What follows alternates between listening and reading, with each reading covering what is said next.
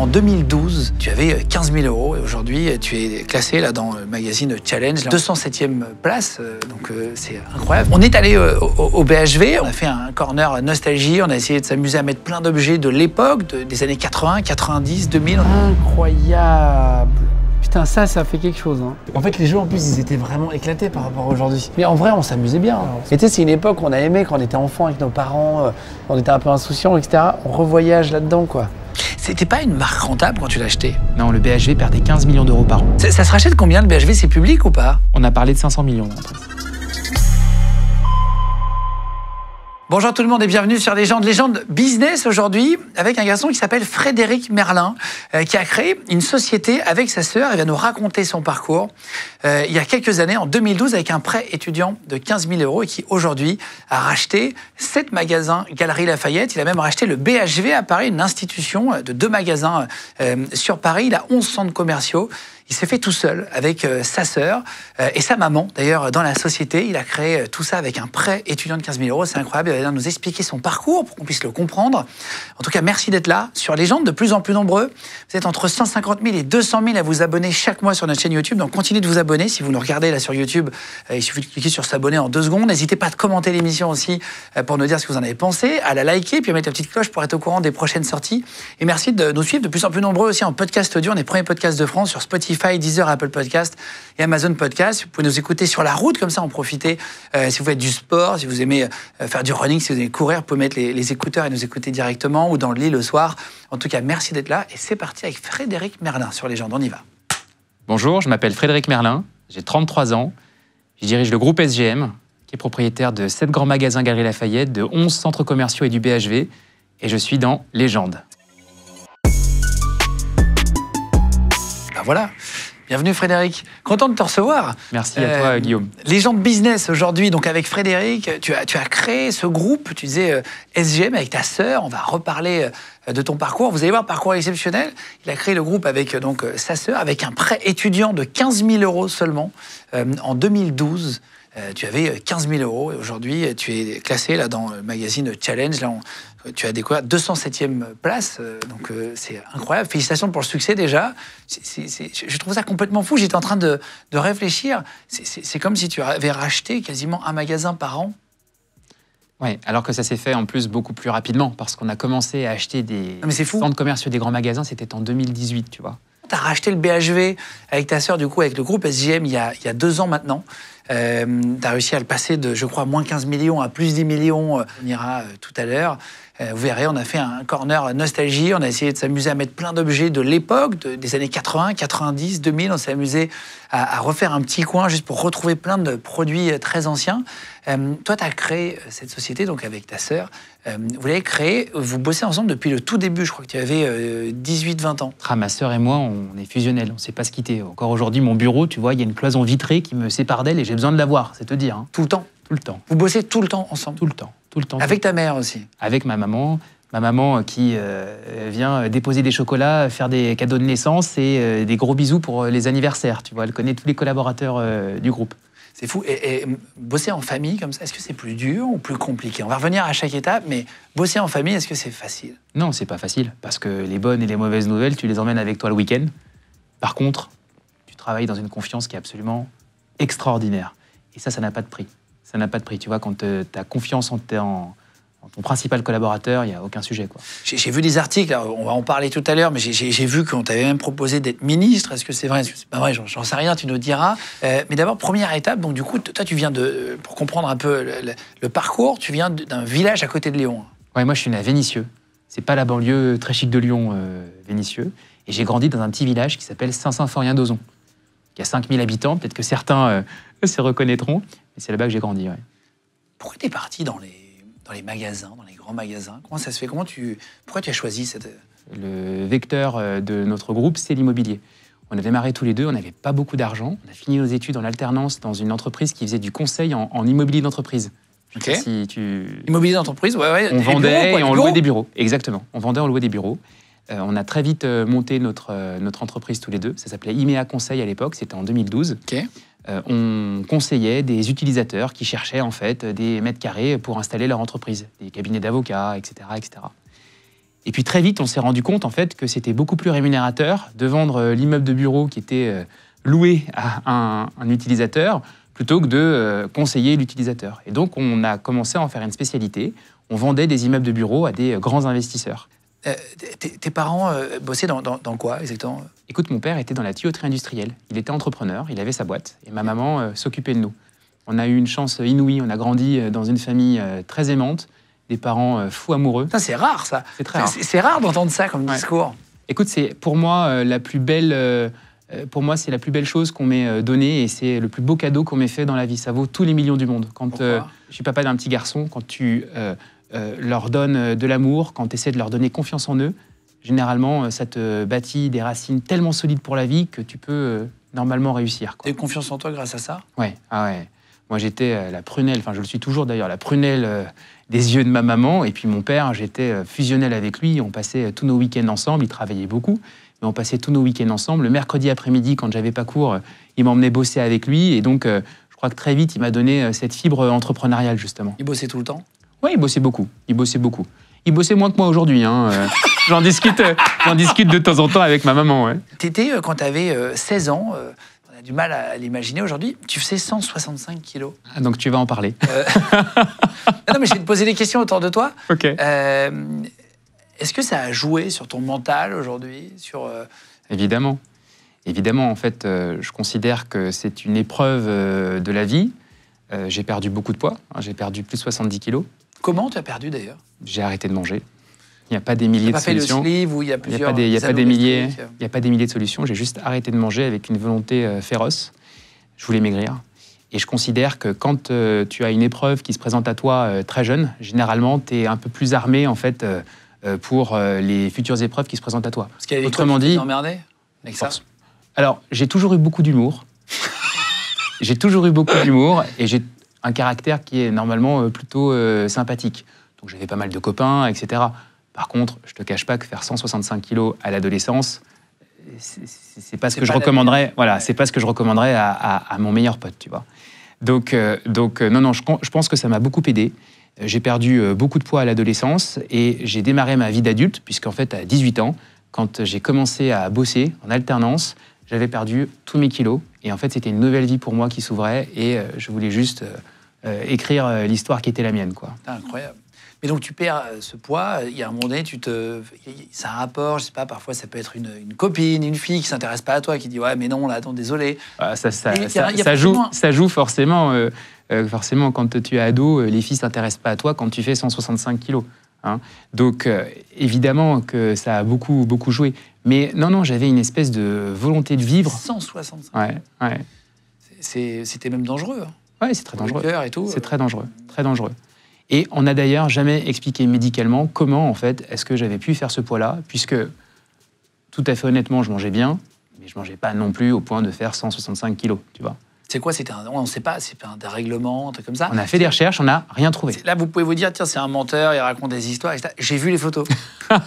T'étais pas très à l'aise pour les montrer, et je comprends. Il en reste une. Il en reste une seule, ouais, tu m'as montré. Il en reste une seule. J'ai fait en sorte de me débarrasser de toutes les autres.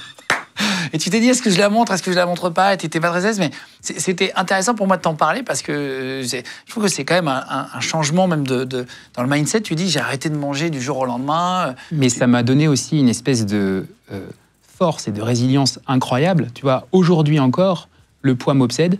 Donc je fais attention à tout ce que je mange. Je cours pratiquement tous les jours. Et je culpabilise si je ne le fais pas. D'ailleurs, je t'écoute en courant. Alors, celui qui court tous les jours, je crois que c'est Nicolas Sarkozy. Oui, tu as raison. Mission, et qui court aussi, je crois, quasiment tous les matins, et qui continue d'essayer de courir.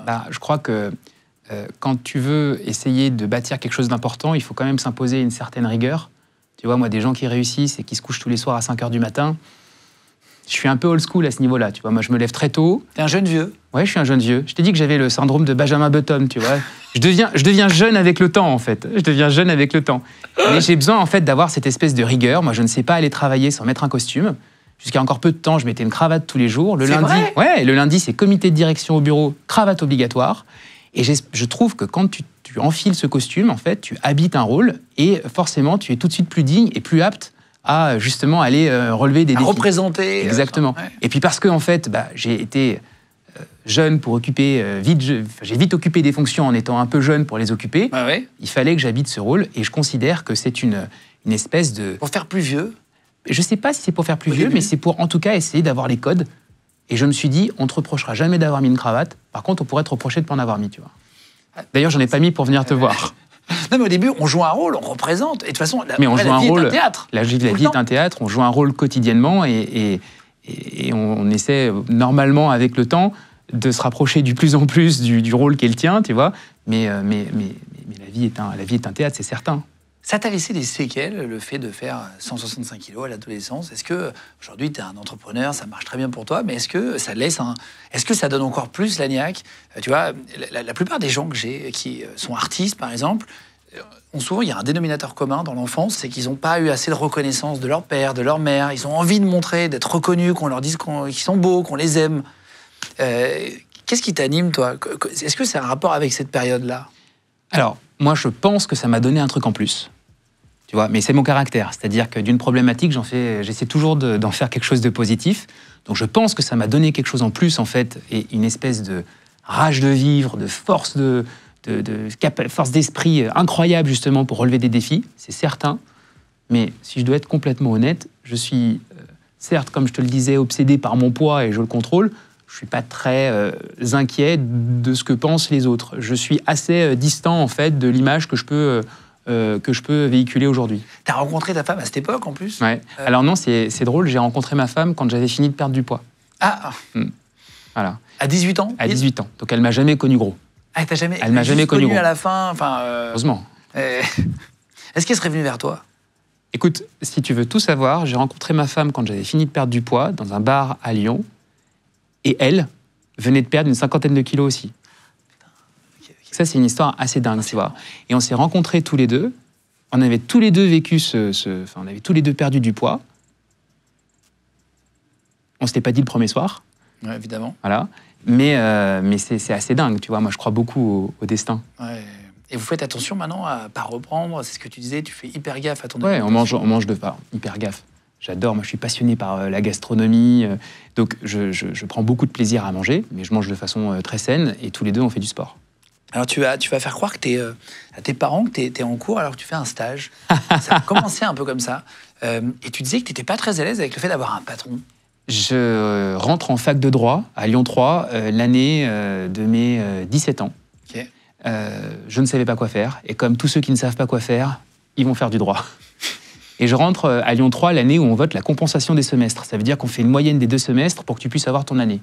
Moi, j'étais plutôt studieux, j'étais plutôt doué à l'école. J'ai eu une très bonne note au premier semestre. Il fallait que j'ai une note extrêmement médiocre au second pour pouvoir avoir mon année. Okay. Autrement dit, je n'ai absolument rien fait du deuxième semestre. Je m'ennuyais un peu. Et à l'époque, ça existait encore, les pages jaunes. Je cherche dans les pages jaunes un stage pour essayer de m'occuper plutôt que d'aller en cours. Et je tombe sur cette boîte qui s'appelait Omnium. Et je les salue d'ailleurs s'ils me regardent aujourd'hui, qui est une boîte qui faisait de l'immobilier d'entreprise. Pour la petite histoire, c'est une entreprise qui a été montée en 1947 et c'est celle qui a inventé le métier du conseil en immobilier d'entreprise parce qu'en 1947, il y a une loi qui interdit tous les claques, tous les bordels en ville. Et donc, il y a une multitude en fait, de petits locaux commerciaux qui sont vacants en centre-ville.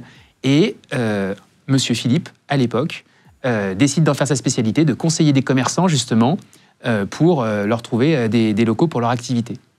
Je rentre dans cette entreprise, je rentre pour faire des photocopies, je devais rester 1 semaine, 2 semaines, 3 semaines. T'as quel âge là?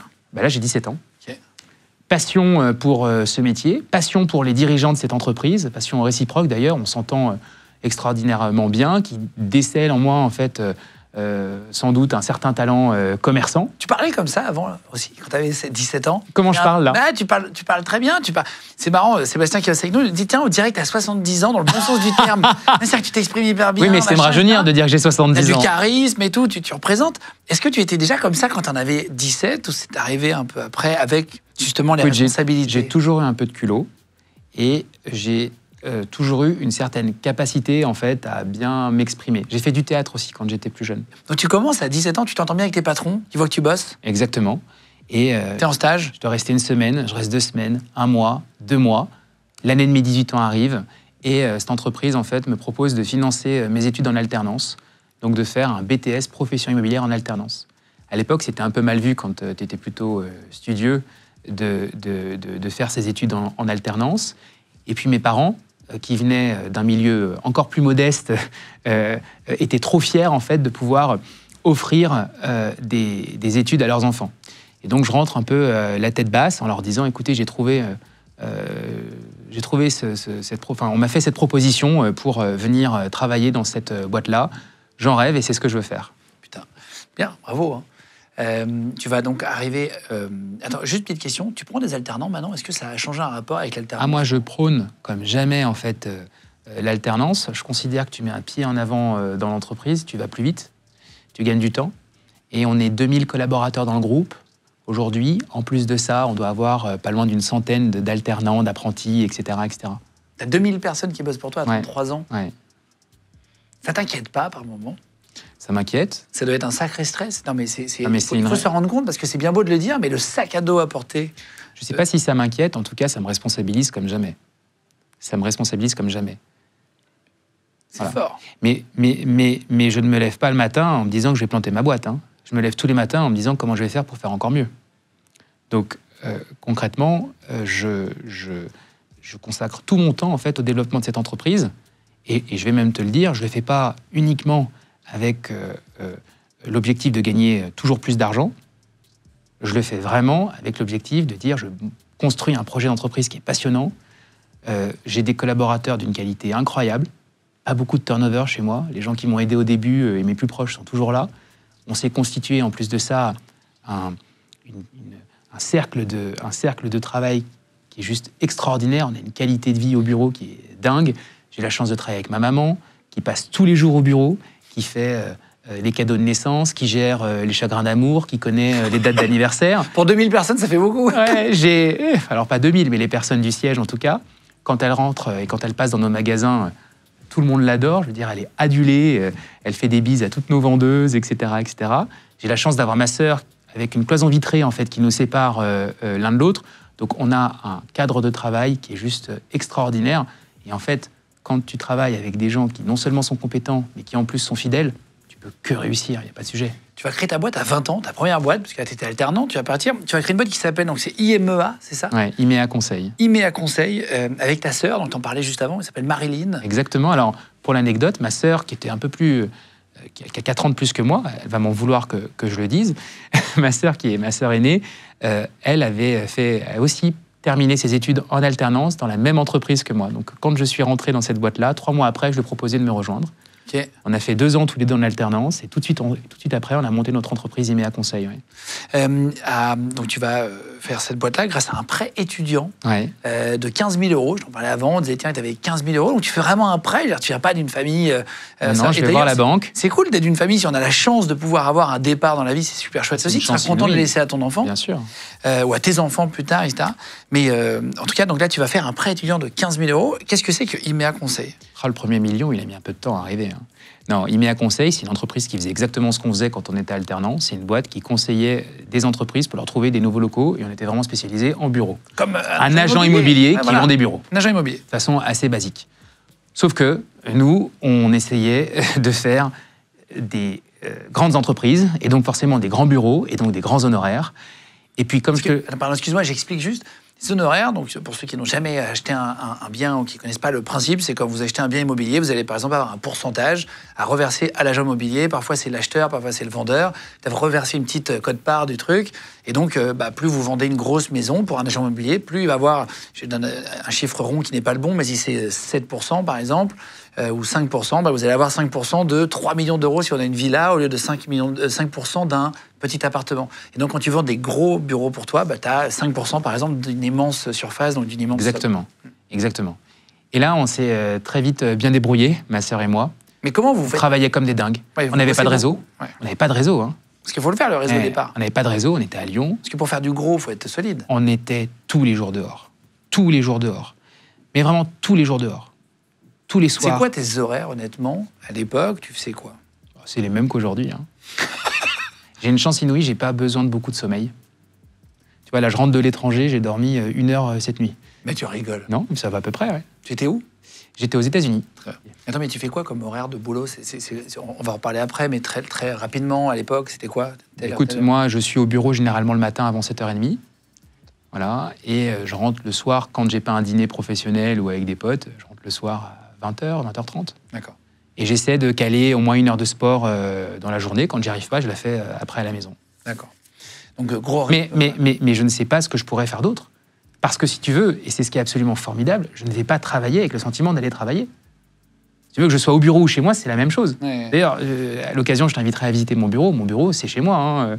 J'ai plein de souvenirs, plein de photos, j'ai un canapé. Voilà, je suis à la maison. Je laisse des vêtements, je peux me doucher là-bas. On parlera des enfants après là-dedans. On Ouais, va bien revenir. sûr. Alors, excuse-moi. Donc, on arrive, tu crées ta société, tu bosses beaucoup avec ta sœur, tu te fais un nom.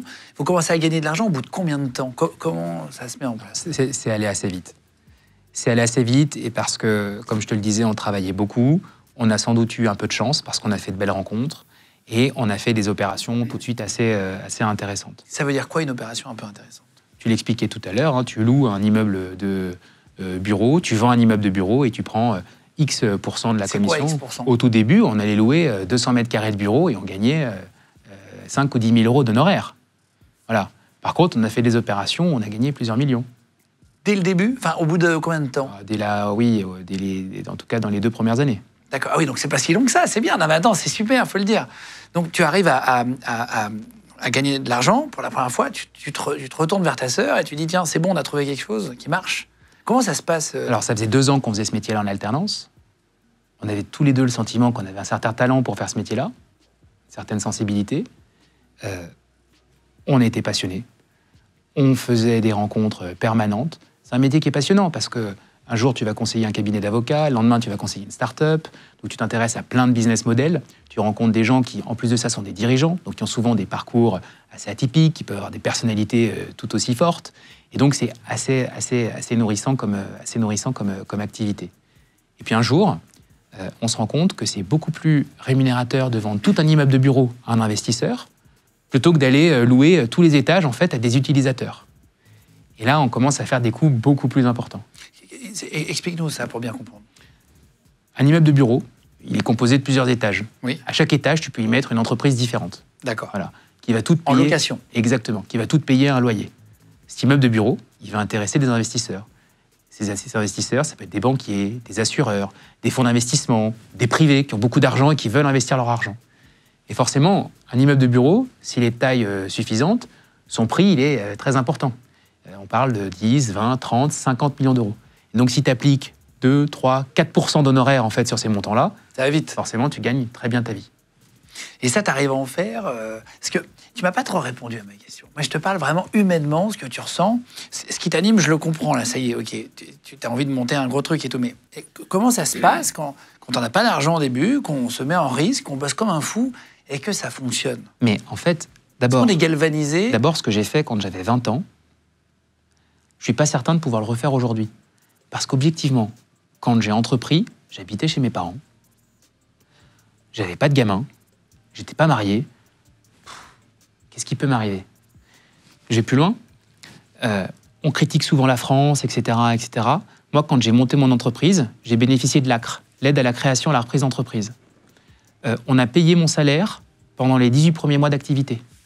On m'a exonéré de charges sociales sur les premiers employés, sur les premiers collaborateurs qui étaient les miens. Si tu veux, j'avais rien à perdre. J'avais rien à perdre. Et ça a fonctionné en plus. Alors ma sœur et moi, on a une doctrine qui nous a été inculquée par notre papa, c'est de très bien vivre. Parce que si tu vis mal, en fait, tu vis des frustrations, etc.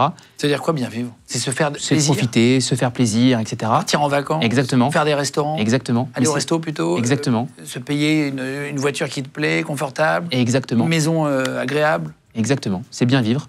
Tu vis bien tout de suite? Ouais, on a vite bien vécu. Ah, c'est intéressant. C'est ça. Tu vas pas mettre au début, tu te dis tiens tout de suite on se met dans une vie confortable pour être bien. Mais la suite c'est bien vivre, mais réinvestir tout ce que tu gagnes. Réinvestir, réinvestir, réinvestir, parce que il y a des temps forts. Et quand la tempête arrive, en fait, il faut être capable de passer. Tu vois, on a passé la crise du Covid. On s'est beaucoup appauvri, nous, dans notre domaine d'activité avec le Covid. On l'a passé, on est sorti plus fort, en fait, du Covid, tu vois. Et donc, ça, c'est ce que m'a inculqué mon papa. C'est un peu paysan, en fait, hein, mais c'est du bon sens paysan.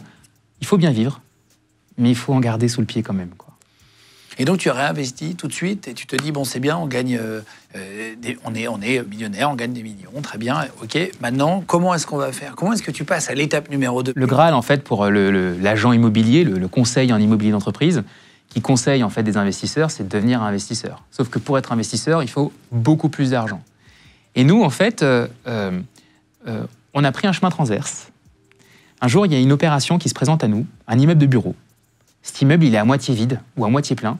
Et du coup, le risque est trop important pour un investisseur. L'investisseur, lui, quand tu lui vends un immeuble, il veut que l'immeuble soit plein. Il veut pas de risque sur la vacance locative de l'actif. Ça veut dire qu'il n'y ait pas de locataire, la vacance locative, c'est que ça soit vide et qu'il n'ait pas de loyer, du coup. Il paye un crédit à la banque, il n'a pas de loyer. Exactement.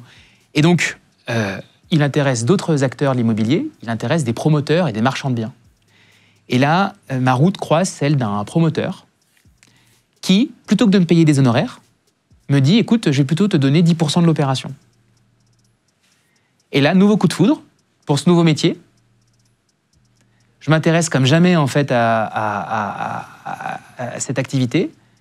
Et ce promoteur me fidélise comme jamais, c'est-à-dire que toutes les opérations que je trouvais, je ne lui amenais plus qu'à lui. À chaque fois, il me laissait un pourcentage du tour de table.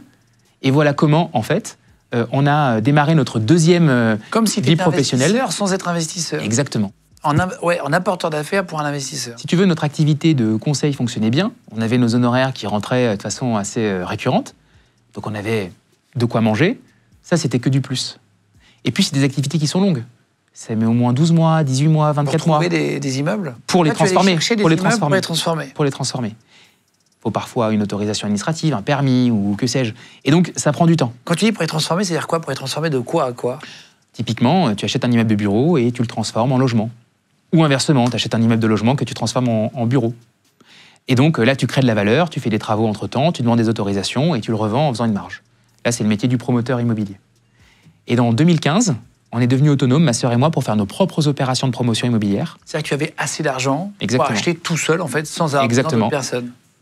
Des opérations plus importantes, on n'hésitait pas à s'associer. Il fallait combien pour commencer à pouvoir investir tout seul?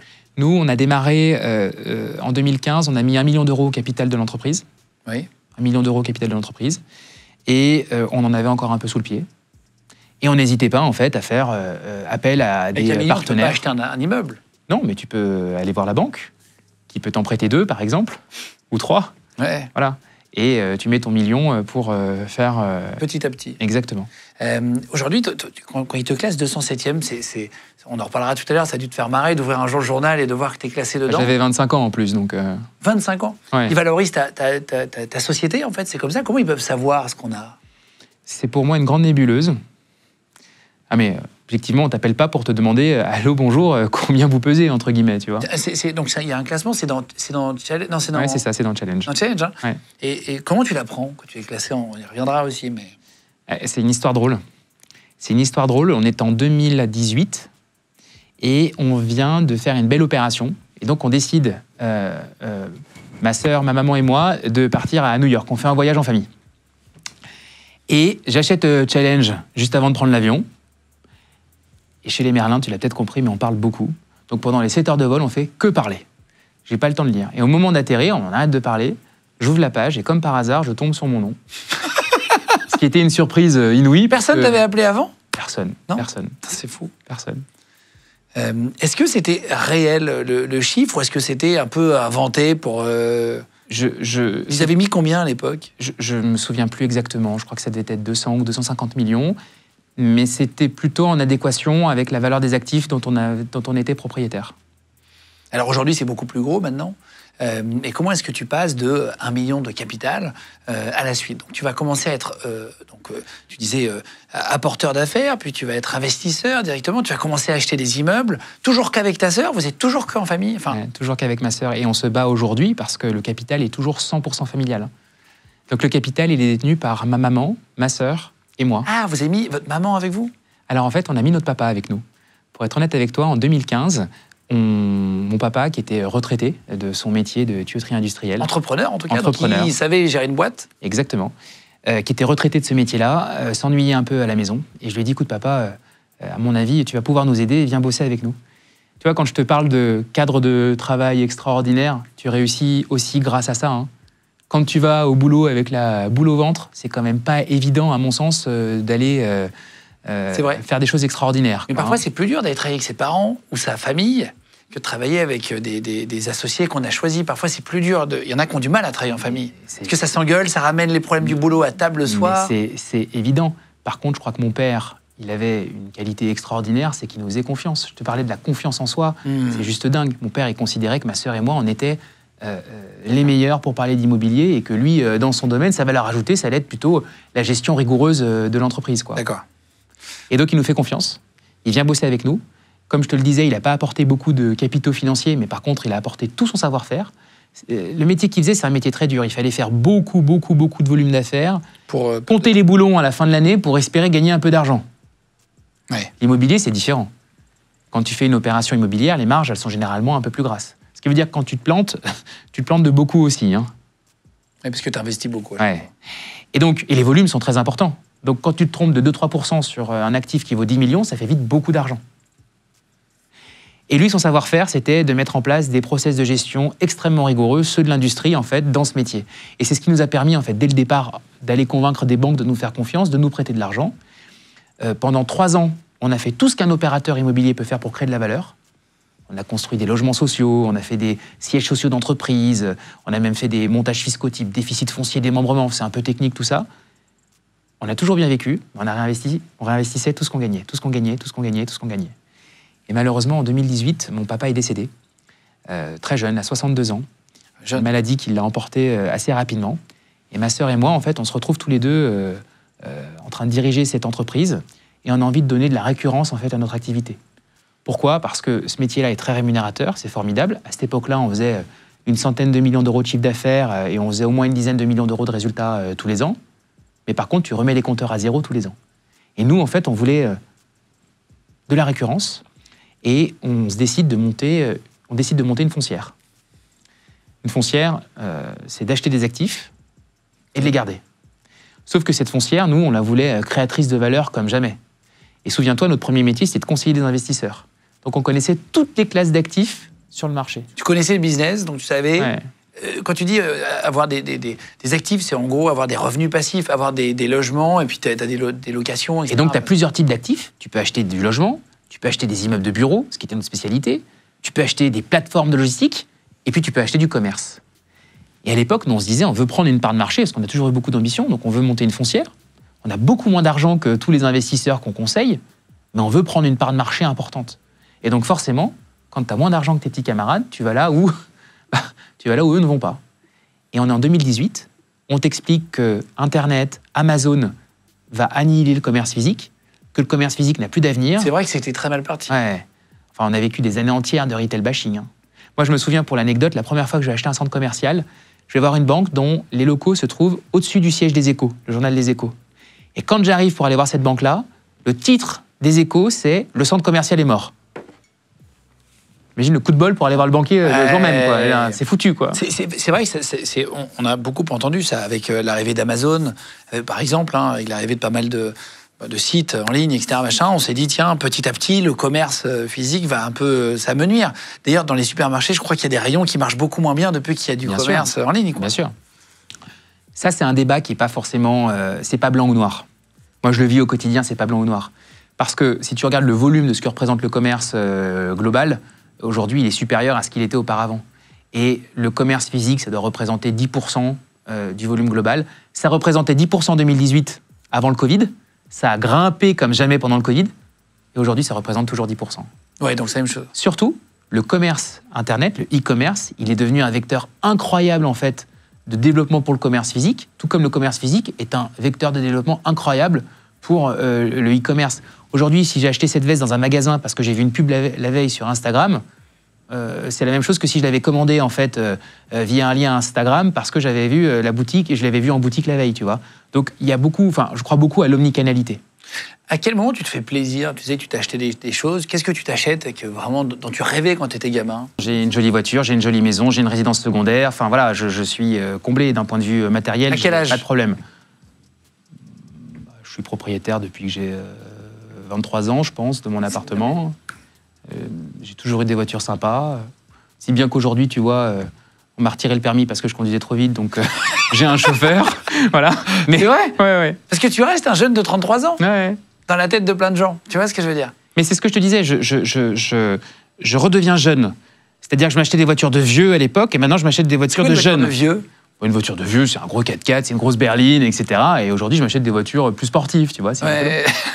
Tu vis ton adolescence à 33 ans? Non, je suis quand même resté très raisonnable. J'ai jamais fait de crise de l'adolescence. Ma femme tremble en fait en permanence sur le principe va-t-il en faire une ou pas? Est-ce que c'est une cocotte minute ou pas? Ouais, non. Parce que je suis épanoui dans ma vie. Femme depuis que tu as 18 ans. Ouais, j'ai cette chance-là.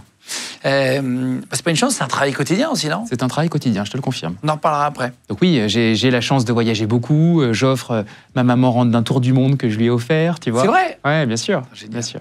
Non, je gâte beaucoup ma famille, mes amis, et j'essaie d'être le plus généreux possible. La vie m'a donné, donc j'essaie de le rendre, tu vois. C'est un vrai accomplissement, ça. De faire plaisir à sa mère. Souvent, tu as raison, c'est se faire plaisir à soi avant de faire plaisir aux autres. Ouais. Ouais, mais c'est un vrai plaisir dans la vie de pouvoir envoyer sa maman et qu'il puisse voyager. Avec sa meilleure amie. Avec sa meilleure amie? Forcément. T'as invité les deux, du coup? Ouais. Génial. Ça, c'est des moments aussi où tu sais pourquoi tu bosses. T'as raison. Quand t'as des enfants, tu sais encore plus pourquoi tu bosses après. On en parlera. On est d'accord. Et le défi, ça va être de donner aussi envie à mon fils autant que j'ai eu envie, tu vois. Ça va être le plus gros défi. Je le crois aussi. En 2018, tu vas créer une filiale à ta société qui va s'appeler la SGM, la Société des Grands Magasins. Donc, SGM en 3 lettres. Vous allez cibler des centres commerciaux, là, mais dans les centres-villes, c'est ça. Et vous allez en acheter 4 indirectement. Donc les tanneurs à Lille, qui existent toujours d'ailleurs. Bien sûr. Vous l'avez toujours? On l'a toujours. L'espace Grand Rue à Roubaix. Je ne sais pas si c'est toujours à vous tout ça. Les 4 sont toujours à nous. L'espace Saint-Christophe à Tourcoing. Donc voilà, justement, on y était il n'y a pas très longtemps avec Gérald Darmanin quand il est venu dans l'émission. Que j'ai rencontré avant qu'il ne soit ministre à l'époque où j'ai racheté le centre commercial. Ouais. Il était maire de la ville. Ah ok. Et la Porte Jeune à Mulhouse. Combien ça coûte un centre commercial quand on l'achète au départ? Comme ça, tu commences. D'abord, comme je te le disais, quand on achète ces centres commerciaux, plus personne n'en veut. Ils sont à moitié vides. Ah, ils sont abîmés? Ils sont complètement abîmés. Ils ont été laissés à l'abandon, mais pendant des années. Ah oui, c'est quasiment... Ils sont dans des villes populaires. Aujourd'hui, si tu as de l'argent, je ne suis pas certain que tu as envie d'aller investir à Roubaix.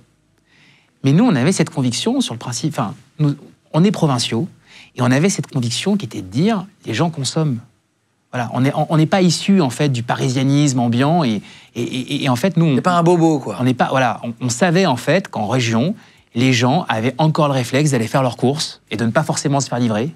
Les gens en région en fait prenaient plaisir les samedis après-midi à aller faire les boutiques.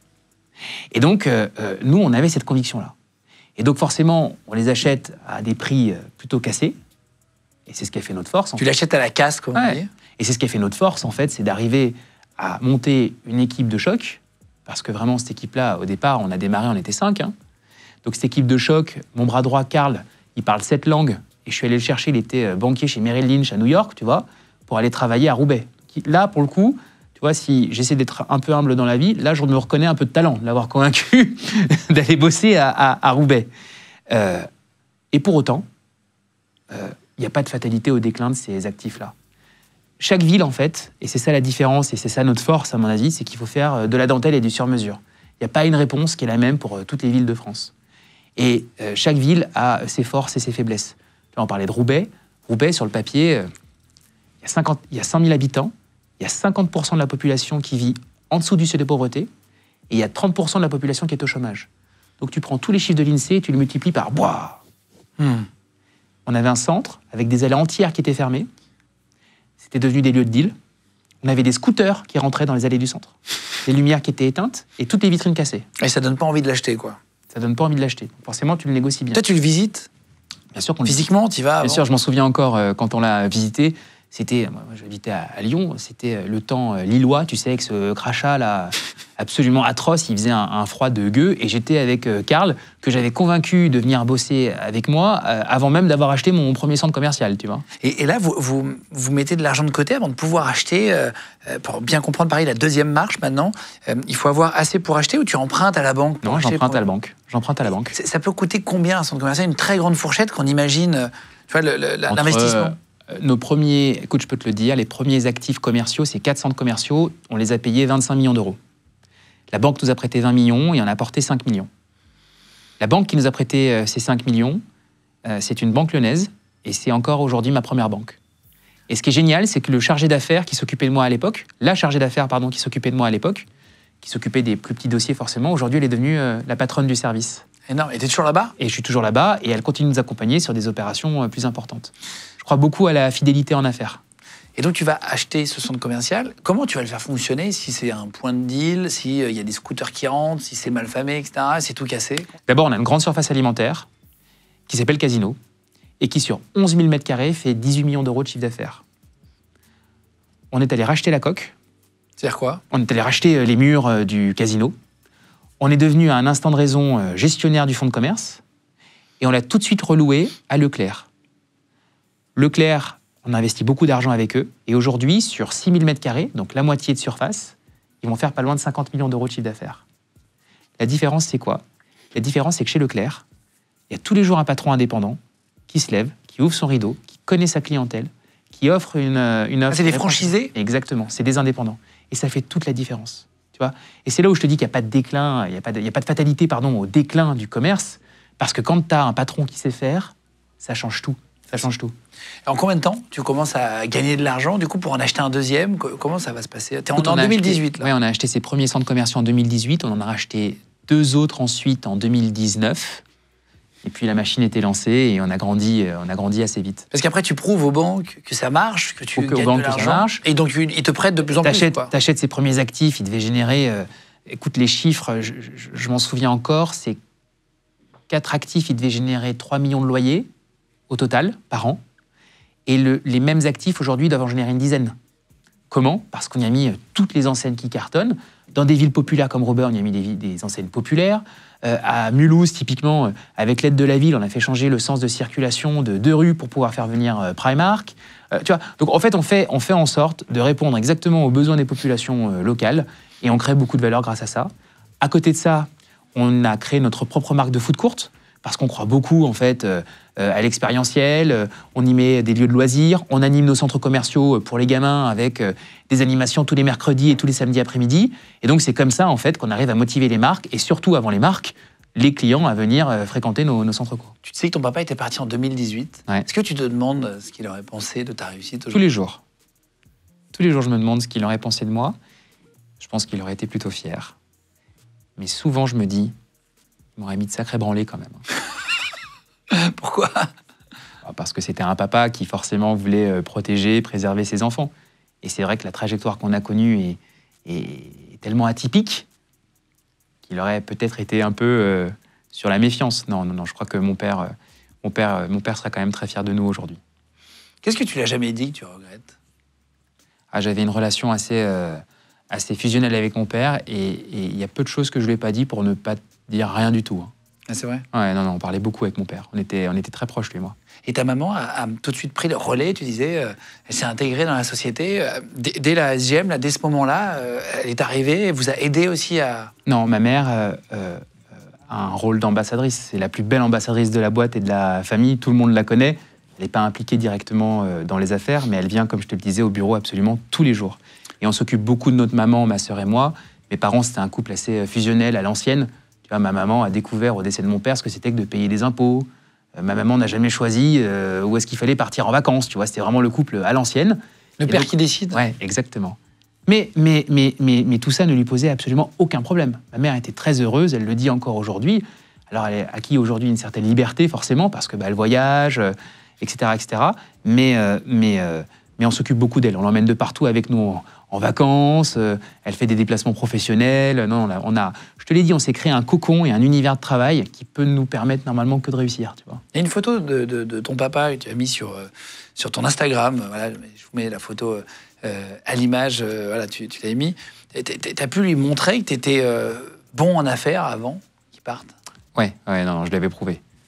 Il est parti en 2018 et on a monté notre boîte avec ma sœur en 2012. Donc ça lui a laissé le temps de voir quand même une certaine progression. Qu'est-ce qui t'empêche de dormir quand tu es aussi puissant aujourd'hui? Tu as beaucoup d'affaires, 2000 salariés, le BHV, enfin, 11 magasins, je crois, 11 c'est 11 centres commerciaux pour être précis, 7 Galeries Lafayette. Qu'est-ce qui t'empêche de dormir? Est-ce que tu as des insomnies? Je ne connais pas un seul entrepreneur qui te dira qu'il fait toutes ses nuits sans problème. J'en ai tous les jours.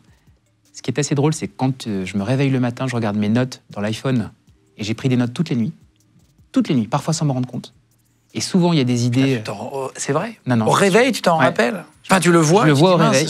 Et souvent, il y a des idées assez hallucinantes. Il y a des bonnes idées qui se sont transformées, qui étaient juste des idées, en fait, notées la nuit dans l'iPhone. Des rappels pour le lendemain. Mais je te l'ai dit, je dors pas beaucoup. Parce que c'est du risque financier quand même d'acheter, parce que c'est facile à dire après, mais c'est toi qui vas chercher un crédit, donc c'est toi qui t'endettes quand tu achètes des grands magasins comme le BHV, les grands magasins comme les Galeries Lafayette, et ça c'est beaucoup d'argent. C'est beaucoup d'argent et en plus c'est un pari qui est contre-cyclique, parce que en fait c'est pas intuitif d'aller investir dans le commerce physique, dans des centres commerciaux à moitié vides, ou dans des magasins Galeries Lafayette qui perdaient de l'argent à l'époque, tu vois. Et toi qui as bossé tout à l'heure, on parlait tout à l'heure des horaires que tu faisais assez improbables, tu bossais quand même beaucoup, ça arrivait, ça tombe pas du ciel. Juste, est-ce que tu penses que tu aurais pu réussir autant en bossant, comme la loi l'indique, 35 heures aujourd'hui? Je connais pas un chef d'entreprise qui travaille 35 heures, ou en tout cas, s'il le fait, c'est qu'il est très fort. Tu vois, je fais aucun jugement. Bien sûr. Au contraire, je trouve que la force, c'est ce sur quoi j'essaie moi de m'améliorer, c'est de déléguer davantage et d'avoir davantage de temps pour moi, parce que c'est quand tu as du temps pour toi que tu peux essayer de réfléchir à une stratégie différente, etc. Est-ce que tu as du temps pour toi? Et après, on va parler justement des gros succès là, de ce que tu as fait ensuite. Est-ce que tu arrives à avoir du temps pour toi, à t'organiser avec tout ce boulot-là? Je pense que j'ai une relation assez saine au temps pour moi. D'abord, comme je te le dis, j'ai la chance de pouvoir faire au moins 1 heure de sport pratiquement tous les jours. Ça, c'est un moment pour moi. Je pars du bureau, j'ai souvent à la tête plein de problèmes. Je vais courir 1 heure, j'ai pas trouvé de solution, pas toujours en tout cas, mais je rentre en ayant les idées beaucoup plus claires. Puis après, j'ai un principe, c'est que quoi que je fasse le week-end, et souvent les week-ends, je suis dans mes lieux de commerce, parce que le commerce, tu le vois pas le lundi matin. J'essaie d'emmener ma famille ou mes amis avec moi pour profiter, tu vois. Donc c'est une grosse intendance pour que mon fils suive, etc. Mais ça fait partie aussi du... Il a 4 ans. Plaisir. Il a 4 ans, ouais, exactement. Il y a Fabrice Fubert, dirigeant de l'entreprise de conseil en immobilier UP Real Estate, qui a parlé, j'ai regardé dans les articles un peu qu'il y avait sur vous, de ta sœur et de toi, du coup, dans une interview sur Les Échos, qui dit « Frédéric et Marilyn font figure d'ovnis dans le secteur. J'ai tout de suite vu qu'ils étaient différents, ils avaient un dynamisme et une vraie vision de ce qu'ils voulaient faire dans ce secteur-là, justement, dans l'immobilier, etc. » Qu'est-ce qui vous différencie des autres? Pourquoi ça marche aussi fort pour vous deux? Moi, je crois beaucoup aux entreprises qui sont incarnées. Quand tu incarnes ta boîte, quand un dirigeant incarne sa boîte, quand il l'amène avec lui de partout, qu'il est l'ambassadeur de sa boîte, que le week-end, le soir, la nuit, il incarne son entreprise, tu emmènes les collaborateurs avec toi comme jamais et généralement, tu dépasses tes frontières. Je pense qu'on est arrivé dans ce domaine d'activité, l'immobilier commercial, qui était un peu sclérosé parce qu'il vivait des moments difficiles. Et nous, on est arrivé sans rien y connaître. Et donc forcément, sans aucun a priori. Et je pense que c'est ce qui a participé au succès, en fait. Et c'est ce qui a fait qu'on... Parce que tu avais une vision du 109. Exactement, et parce qu'en fait, on n'était pas pollué par des années, parfois d'échecs, parfois de réussites, etc. etc. Et moi, j'aime réussir, et puis j'aime me tromper, parce que c'est en te trompant que tu apprends, et généralement, si tu n'es pas trop bête, tu ne te trompes pas une deuxième fois. Et donc, ça, j'y crois beaucoup. Tu viens de citer échec. On n'a pas parlé d'un seul échec de ta part. Souvent, dans la vie d'entrepreneur, on a reçu des très gros ici aussi. Il y a des échecs, et ça fait partie du métier d'entrepreneur. Si tu n'as pas d'échecs, c'est qu'à un moment donné, tu n'as pas pris de risque ou tu n'es pas allé assez loin. Moi, j'ai du mal à parler d'échecs. Pourquoi? Parce que j'ai forcément fait des choses qui n'ont pas fonctionné, etc. Mais j'en ai toujours tiré quelque chose de positif. C'est mon état d'esprit. En fait, on a essayé un jour de monter une boîte qui faisait du gaming pour mettre dans nos centres commerciaux. Ça n'a pas fonctionné. C'est pas grave, en fait. Ça nous aura appris que ça ne fonctionne pas. Ça nous aura appris qu'il y a des spécialistes dans des domaines qui font bien mieux que nous. Et ça nous aura appris à ne plus refaire l'erreur. Mais l'échec, si tu veux, quand tu vis l'échec de façon trop négative, généralement, tu ne te relèves pas. Donc, il n'y a pas beaucoup d'intérêt à vivre l'échec de façon négative tant qu'il ne te tue pas, tu vois. Je vous montrerai dans l'émission, on ira à un moment donné, on a filmé ça avant, vous allez voir, on a fait un corner, une espèce de coin. Vous allez pouvoir voir nostalgie. On a montré plein d'objets en rapport avec la nostalgie. Vous allez voir ça juste après aussi. On va parler du BHV avant. En tout cas, merci d'être là de plus en plus nombreux. Continuez de vous abonner sur notre chaîne YouTube. On vous met plusieurs vidéos chaque semaine, le mercredi, le vendredi et le dimanche. N'hésitez pas à vous abonner, à liker la vidéo si ça nous aide vachement sur l'algo, à commenter aussi l'émission avec Frédéric, comme ça vous pouvez dire. D'ailleurs, je peux mettre dans la description, si vous êtes sur YouTube, je vais mettre directement ton Instagram. Alors, ton Instagram qui est drôle, il s'appelle Fred, donc c'est frédéric.merlin91. Si vous voulez suivre la vie de Frédéric Merlin, frédéric.merlin91, je vous le mets dans la description sur YouTube. Et je vous le mets aussi si vous nous écoutez en podcast audio sur Spotify, Deezer, Apple Podcast ou Amazon Podcast, je vous le mettrai. Vous n'avez plus qu'à dans la description à cliquer dessus, comme ça vous pouvez le suivre.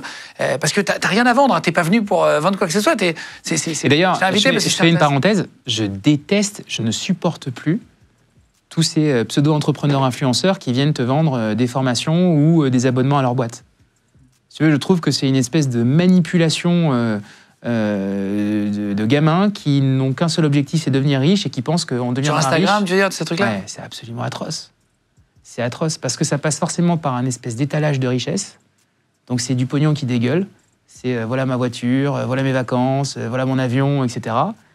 Et tu sais, pour fréquenter des gens qui ont beaucoup d'argent, beaucoup plus que moi, c'est pas ceux généralement qui s'étalent beaucoup sur les réseaux sociaux, tu vois. Et donc, c'est faire croire à des gamins que réussir, ça va passer par une formation en 3 étapes qu'on va être, qui va. Enfin, tu vois, c'est pas ça la vie, hein. C'est pas ça la vie. Au bord d'une piscine avec un gros 4x4. Voilà, je déteste. Et qui te dit, je suis passé de 0 à 1 million en 6 mois. Je déteste. Ça, c'est... En tout cas, tu m'entendras jamais, moi, mettre en avant ce que je peux posséder ou quoi que ce soit. Moi, ce qui m'anime, c'est le projet d'entreprise et c'est de gagner des combats, tu vois, au quotidien. Bon, moi, ce qui m'anime, c'est pas, en fait, de montrer ma maison à Saint-Tropez sur Instagram, tu vois. Ça n'a pas beaucoup d'intérêt. Tu montres rien de ta vie personnelle ? Si, j'en montre un peu, forcément. D'abord, j'ai 33 ans, donc même si je ne voulais pas en montrer, on en montrerait pour moi. Mon meilleur pote, lui, il montre toute ma vie sur Instagram. Je veux dire, mes représentants syndicaux suivent mon meilleur pote sur Instagram, tu vois. Pour voir comment tu vis ? Ouais, mais c'est pas grave. Je vais pas me cacher. Aujourd'hui, j'ai un groupe qui prospère. Je vais pas me cacher de bien vivre, en fait. T'as raison. Sinon, ça sert à rien de travailler dur aussi. On est bien d'accord. Tu vas racheter, donc c'est Fabrice Fubert, on en parlait juste avant, quand j'ai cité l'article, voilà. Il va vous proposer de racheter en 2021 donc au groupe Galeries Lafayette 7 magasins à Dijon, Angers, Le Mans, Reims, Orléans, Limoges et Grenoble. Alors, ça appartient les Galeries Lafayette à la famille Moulin. C'était Ginette Moulin, je crois, jusqu'à son décès en février 2025. Ouais. Voilà, qui a 90. C'était une femme incroyable. Hein. Moi, j'ai eu la chance de pouvoir déjeuner à plusieurs reprises avec elle, dans le Midi. Et à 95 ans, en fait, elle était capable de donner le chiffre d'affaires de la veille du magasin du boulevard Haussmann ou de reprendre ses petits-enfants sur une date clé dans le développement du groupe Galeries Lafayette. Incroyable. Eux, ils ont une fortune, la famille Moulin, estimée en 2018 à 3,9 milliards. En 2020, le magazine donc, Challenge, on en parlait tout à l'heure, sur le classement des fortunes, les classes 35e fortune française, et 3e femme la plus riche de France. Comment ça se passe une rencontre avec ces familles ? C'est un peu coincé au début, c'est un peu froid. Ah non, pas du tout, parce que ce qui nous anime, c'est le commerce. Ça a été une rencontre extraordinaire. Non, mais les 3 premières minutes, il y a toujours un... Non, pas du tout. Moi, j'ai rencontré Philippe Houzet, qui est le gendre qui était le gendre de Ginette Moulin, et j'ai rencontré un vrai commerçant. Et je crois que ce qui lui a plu chez nous aussi, c'est cette âme de commerçant. Et donc, il s'est intéressé à la façon dont on gérait nos lieux de commerce. On lui a parlé de notre stratégie, en fait, pour ces 7 grands magasins Galeries Lafayette. Et on s'est fait confiance mutuellement. Comment tu passes le cap pour acheter des aussi gros magasins ? Tu vas voir les banques, c'est toujours pareil ? C'est toujours le même processus, finalement, c'est les banques, Exactement. Tu lèves de l'argent. D'abord, on avait une assise qui était plus importante. On était propriétaire de ces centres commerciaux qui fonctionnaient tous bien. Alors, à l'époque, on ne devait en avoir que 9 parce qu'on a continué à racheter entre-temps. Mais on avait cette dizaine de centres commerciaux qui fonctionnaient tous bien. La boîte était saine parce que bien financée à la base, etc., etc. Par contre, là, on a changé de métier. On ne faisait plus qu'encaisser les loyers en fait, de nos commerçants. Là, on devenait commerçant. Et donc, avec cette opération, on a repris aussi les fonds de commerce des magasins Galeries Lafayette et on a repris 600 collaborateurs. Et là, c'était un challenge. Et on a commencé en fait par faire une tournée. Ma maman, ma sœur et moi, et les principaux cadres. Et il fallait que ça nous ressemble. Et pour se présenter, on a organisé 7 bringues. Okay. On a fait 7 fois la fête avec ses collaborateurs en leur disant, voilà, c'est nous qui rachetons. voilà qui nous sommes, voilà en toute transparence quel est notre ADN, et voilà notre projet. Et là, j'ai sorti ma carte maîtresse, ma maman, qui a passé la soirée en fait à boire du champagne avec toutes les vendeuses, à faire des photos, à danser, et surtout, soyez bienveillants avec mon fils, ne l'embêtez pas, hein, ne l'embêtez pas. Et je discutais, pas si je peux le dire, mais je discutais la semaine dernière avec une représentante syndicale qui me disait, vous savez, moi j'ai entendu votre maman, donc je vous fais confiance. C'est marrant. Il n'y a rien de tel dans la vie que être naturel, ça n'a pas de prix en fait. Et savoir pour qui tu bosses, ça aussi c'est hyper important, tu vois. Qu'est-ce qui a convaincu la famille, justement, Moulin, pour vous vendre justement ces 7 magasins? Très bon prix déjà. Un très bon prix, mais aussi en fait l'énergie qui est la nôtre à dire nous en fait on va être vos plus beaux ambassadeurs en région. Le groupe Galeries Lafayette est un groupe très important et forcément moi je le vois aujourd'hui qui dirige un groupe qui grandit, j'ai moins d'énergie pour aller développer mes plus petits centres commerciaux. Donc la stratégie elle est exactement là. Au début de l'émission je te parlais de la transformation qu'on avait faite de Casino en Leclerc. Quand il y a un patron en fait qui ouvre tous les matins, c'est différent. Ça change tout. Et ces 7 grands magasins, on les a repris. On a investi beaucoup d'argent, plusieurs dizaines de millions d'euros pour les rénover. Ils perdaient beaucoup d'argent et aujourd'hui, ils en gagnent un peu plus.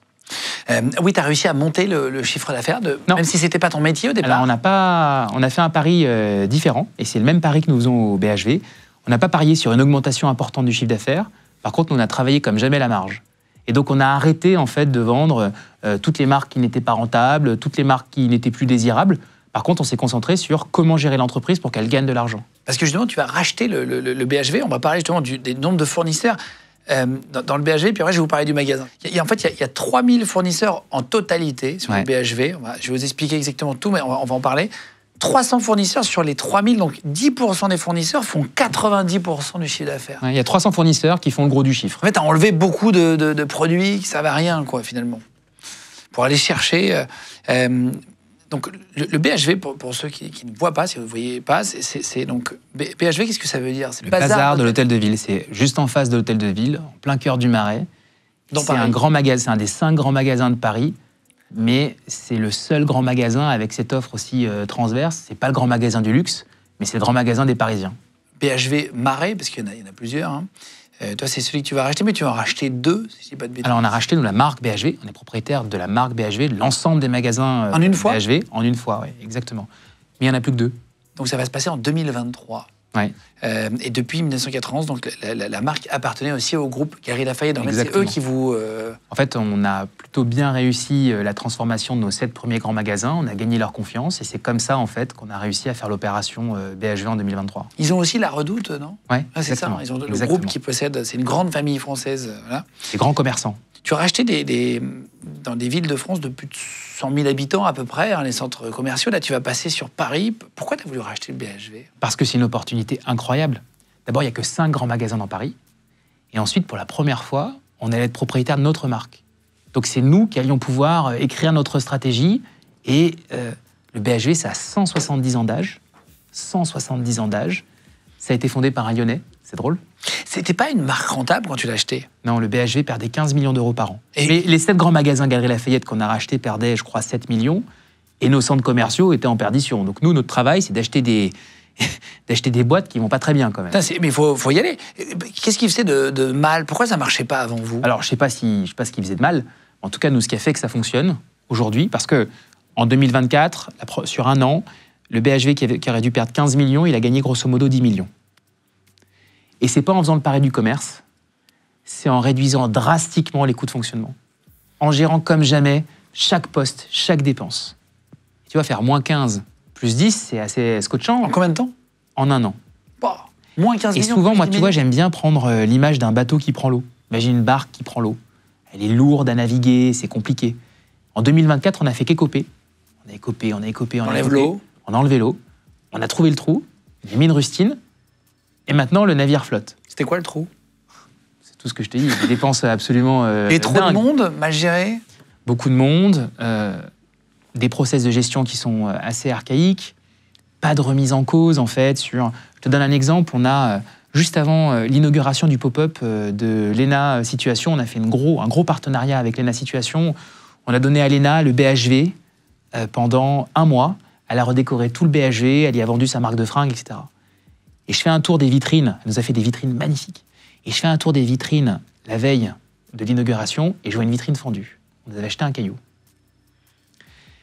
Et là, les équipes font faire un premier devis avec le prestataire historique du BHV. Ceux qui bossent. Donc normalement, tu es en confiance. Des années, ouais. On a un premier devis qui sort aux environs de 60 000 €. Pour changer une seule vitrine. Pour changer une seule vitrine. Il n'y a pas d'assurance. On a appelé un prestataire à Lyon, qu'on connaît bien.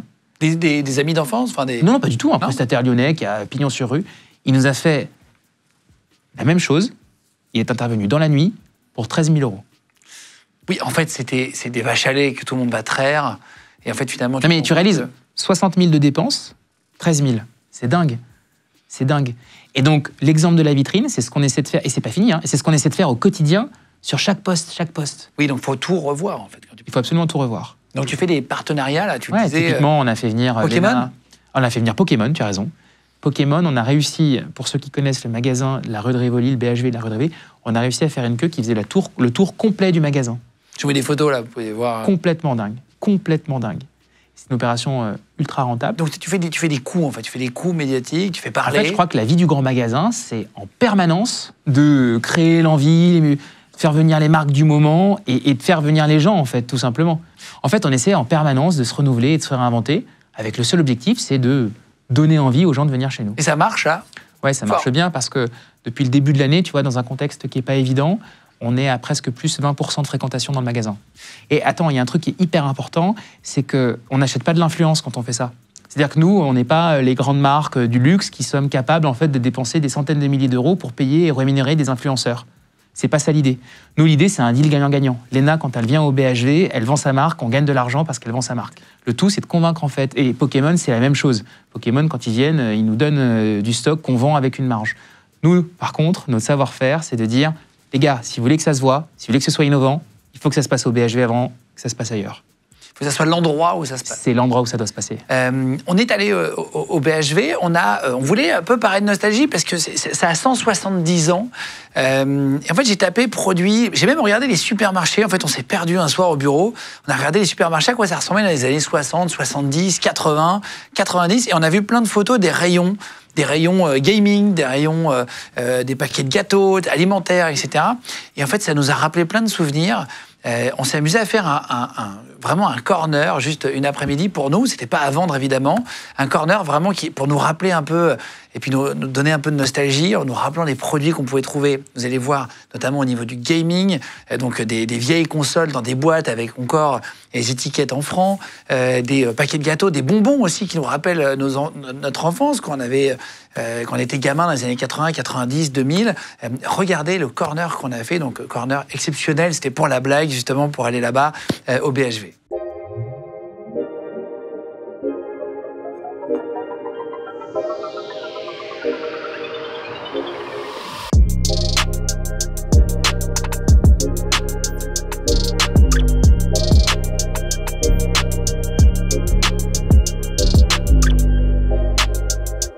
On est arrivé au BHV avec Sébastien qui a préparé le happening, sauf qu'il y a un petit contretemps et un petit changement. Ouais, ça s'entend dans ma voix, je pense. Voilà, j'ai plus de voix du tout. Il a perdu sa voix entre hier soir et aujourd'hui. Aujourd'hui, exactement. Du coup, on fait un changement de joueur. C'est pas le choix. On fait un changement de joueur. Mais c'est tout. Donc, changement de joueur. Allez, ça y est, l'arbitre vient de siffler. C'est Thibaut qui est rentré sur le stade. Voilà, Thibaut qui est journaliste sur Légende, que vous avez sûrement déjà vu de nombreuses fois dans les émissions, etc. Alors, vous avez préparé depuis ce matin une sorte de corner. Moi, je ne l'ai pas vu encore. Je sais que c'est juste derrière, donc je ne regarde pas là. Je viens d'arriver par ici. Qu'est-ce qu'il y a sur le stand là? Il y a plein d'objets des années 80, 90, 2000 et on va voir ça tous ensemble après. On a fait un corner complet dans le BHV et voilà, on va aller voir ça. Ça va rappeler plein de souvenirs à beaucoup de personnes normalement. Et vous avez trouvé des objets très différents? Il n'y a pas que des jeux vidéo? Non, on a trouvé de la nourriture, des bonbons de l'époque, des marques qui n'existent plus et des objets incroyables. Bon, on y va? On va aller voir ça. Allez, on va découvrir. Alors c'est juste là-bas. Oh là là, oh waouh! Ah waouh! Ah putain, vous avez trouvé plein de trucs, et bravo! Oh là là, Gran Turismo, non? On a fait une partie juste avant. Incroyable! Alors, déjà, moi, il y a quelque chose que j'avais tout le temps chez ma grand-mère, c'est les verres Oh Amora. là là. Les verres Amora, on va poser ça. Ça, c'est Avec les ta- vrais de l'époque, non? Les vrais de l'époque, avec Tintin. Alors, la De date, 1994. 1994, Ouais, voilà, c'est ça. c'est marqué dessus RG 94. Incroyable. Collection avec RG. Et ça se fait plus maintenant. Ça, c'était bien quand même. Mais tu sais, moi, il y a vraiment, je trouve que les jeux à McDo à l'époque, les jouets, c'était mieux avant, quoi. Eh ben. Tu avais des vrais jouets où tu pouvais vraiment jouer avec tes potes, machin, etc. quand on était petits. Et pareil, les trucs, je suis complètement d'accord. Il y avait des pots de C'était Nutella, incroyable. et les verres de Nutella tout petits. Tu pouvais les garder. Et Amora, exactement. Et bah, vu que tu parles des jeux McDo, un Happy Meal de l'époque, avec dedans, il y a une petite surprise. Alors, faut faire attention parce que la boîte du Happy Meal peut se vendre. Ça Ah vaut bon quelque chose, ouais. Juste la boîte? Juste la boîte. 1988, mais quel bonheur! Et à l'intérieur, normalement, il y a une surprise. Vous vous rappelez, à l'époque, il fallait relier les points, il y avait des jeux dessus, c'était beaucoup plus ludique. Mais on a perdu, là, l'autre jour, vous avez fait un truc, les journalistes sur l'Instagram de Légende, où ils montraient qu'il y avait moins de couleurs dans la vie, tout était gris. C'est vrai qu'un McDo, avant, c'était vraiment rouge et jaune, Ouais. maintenant, c'est devenu un peu gris, quoi. Tu On vois. peut le voir sur la table, hein, il y a des couleurs absolument partout. Aujourd'hui, c'est quand même un peu plus triste. Mais Ouais, c'est vrai. normalement, tu as une surprise dedans. Je fais tout doucement parce que... Oh, waouh! Il y a un vrai jouet McDo de l'époque, incroyable. Ça non plus, il n'y a plus aujourd'hui. Ouais, attends. Alors, Avec le plastique et tout, c'était emballé. Donc là, c'est un jouet pour la série X-Men de 94. Et ça, c'est une boîte de 1988, quoi. Putain, le kiff Et ultime. surtout, Oh, waouh! où on ouvrait qu'un côté pour pouvoir souffler le carton de la paille. Non, mais c'est fou de retrouver des objets d'il n'y a pas si longtemps et d'être aussi, tu sais, vraiment pas ému, mais ça fait un truc de retrouver. En fait, j'ai l'impression de revoyager dans le temps. Et tu sais, c'est une époque qu'on a aimé quand on était enfant avec nos parents, on était un peu insouciants, etc. On revoyage là-dedans, quoi. Je sais pas si vous le voyez bien, mais avec le petit papier là, on se rappelle tous de quand. Et puis après, on soufflait On dedans soufflait, pour, et hop. pour tirer le papier. Alors ça, moi je l'ai pas connu, mais normalement tu l'as connu. C'est des feutres Reynolds. Tout le monde avait ça, hein. Tout le monde avait ça à l'époque et il y avait 3 feutres fluo. Ça avait fait cartonner la boîte, tout le monde l'achetait. Alors que ça durait vraiment. Ça s'usait très vite. Ça s'usait très vite, ouais. Alors que ça, c'était fait en France, hein. Et c'est là en fait où tu vois qu'on fait plus beaucoup de choses en France, à part certaines marques de luxe aujourd'hui. Mais à l'époque, quand je retrouve mes jouets de quand j'étais gamin, bah, c'était à chaque fois Made in France, Made in France. Il n'y a pas si longtemps, quoi. Le feutre français de qualité, Reynolds, fabrication française. Avec des feutres fluo du coup. Exactement. Il y a le slip. Il y a le slip kangourou prise unique. J'ai pas connu ça, mais T'as pas connu? ça me fait rire. Tiens. Sébastien a plus de voix derrière. Attends, mais viens à côté de toi. Et il se Présente-nous le slip, Sébastien. Je présente ce slip qui est incroyable. Prise unique, en fait, ça a été racheté pour Monoprix au début des années 2000, mais depuis déjà 90, elle ne marchait plus. Ils faisaient des slips, ils faisaient leurs propres produits. Là, on voit les prix en francs. 36 francs pour ce magnifique slip kangourou. Incroyable. D'ailleurs, qui nous a prêté tout ça? Alors tous ces objets, c'est la collection privée, il s'appelle Chris Aaron Exploration. Il a créé une chaîne et il vend tous ces objets. Donc tous ces objets, on peut les acheter. Des objets de l'époque, voilà, vous pouvez aller voir directement en description pour sa chaîne. Il y avait les graines de tournesol aussi, les petits Ça, sachets de pipas j'ai très très salés. J'ai découvert ça, hein, voilà. À l'époque, les bonbons, c'était des graines de tournesol. C'est incroyable. Aujourd'hui, plus. C'est arrivé bien après. Là, les roll-up, vous avez peut-être connu ça aussi, c'est pareil, c'est des bonbons qui ont été refaits. C'était une sorte de bandeau. T'as pas connu ça, toi? Si, ça j'avais connu, mais où il y avait des mètres de. Voilà. Voilà. Et Donc, en fait- le chewing-gum s'usait Oh hyper là rapidement. là, putain, ça sentait tellement le produit chimique. Il y avait du goût pendant 25 secondes, ensuite Ouais. il n'y avait plus rien et tu avais une pâte énorme en bouche. Alors qu'est-ce que c'est que ça là? Là il y a un... Putain, c'est des trucs de Barbie de l'époque. Ah oui, pour peindre des aquarelles. Avec la jolie Barbie comme ça. 12 francs quoi. Putain, c'est vraiment les étiquettes. De l'époque. Il y avait quand même un code barre et tout, mais voilà, ça c'était... Il fallait peindre des aquarelles du coup. Là on a un ballon Tortue Ninja. C'est Juste un ballon. juste un ballon avec les Tortues Ninja de l'époque, hein, pas comme les dernières que oui, moi oui. j'ai connues. Aujourd'hui ça vaut 140 €. Oh là là. On a aussi trouvé un magazine de jouets de 1983 avec les prix de l'époque. C'était l'année de sortie de Star Wars 6, enfin le 3e qui est sorti en date. Et donc il y avait une page avec des Lego Star Wars de l'époque. Oh là, c'est en francs aussi évidemment. Putain, c'est fou quoi. Alors, moi ce qui marque c'est plutôt ça quoi.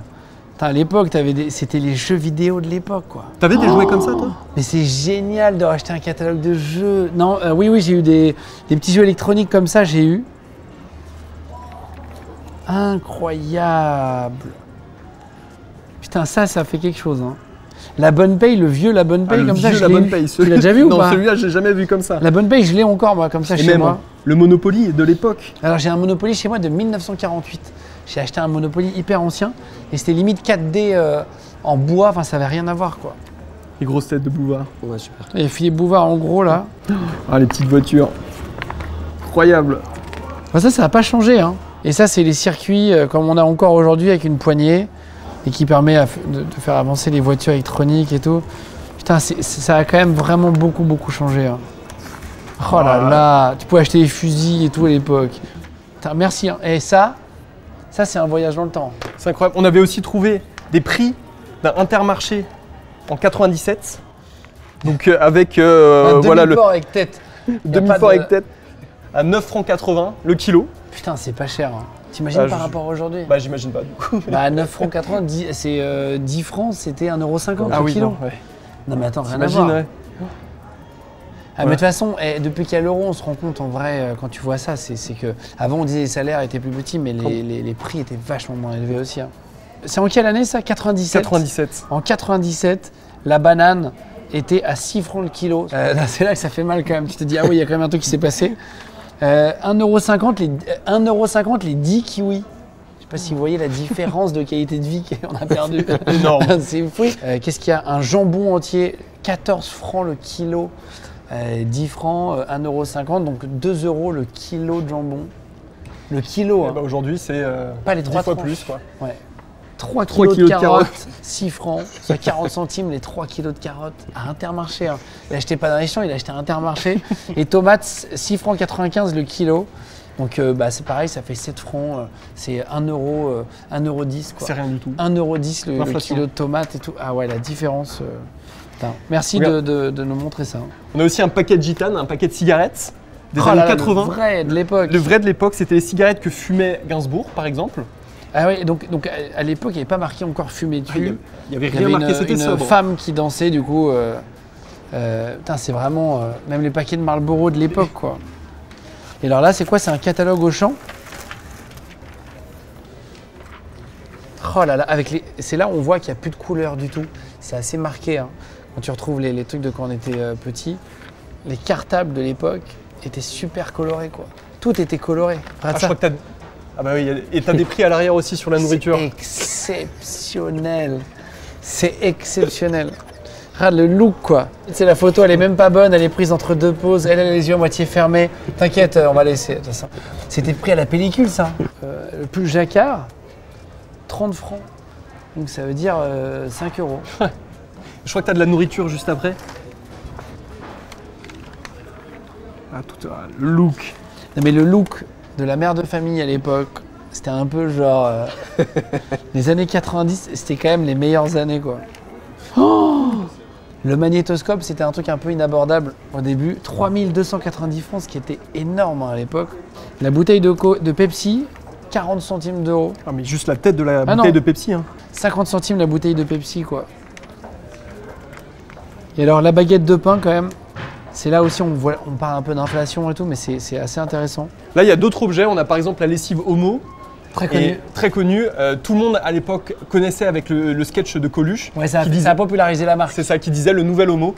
Et voilà, donc on a il faisait ce des- paquet de l'époque. Il le faisait des packaging. blagues tout le temps là-dessus, ouais. Et ça, c'est une vraie, hein. C'est une Il y a vraie, encore la- remplie. Je sais plus vous l'entendez, mais il y a encore la lessive dedans, quoi. Juste à côté, on a un almanach d'une année normalement qui est spéciale.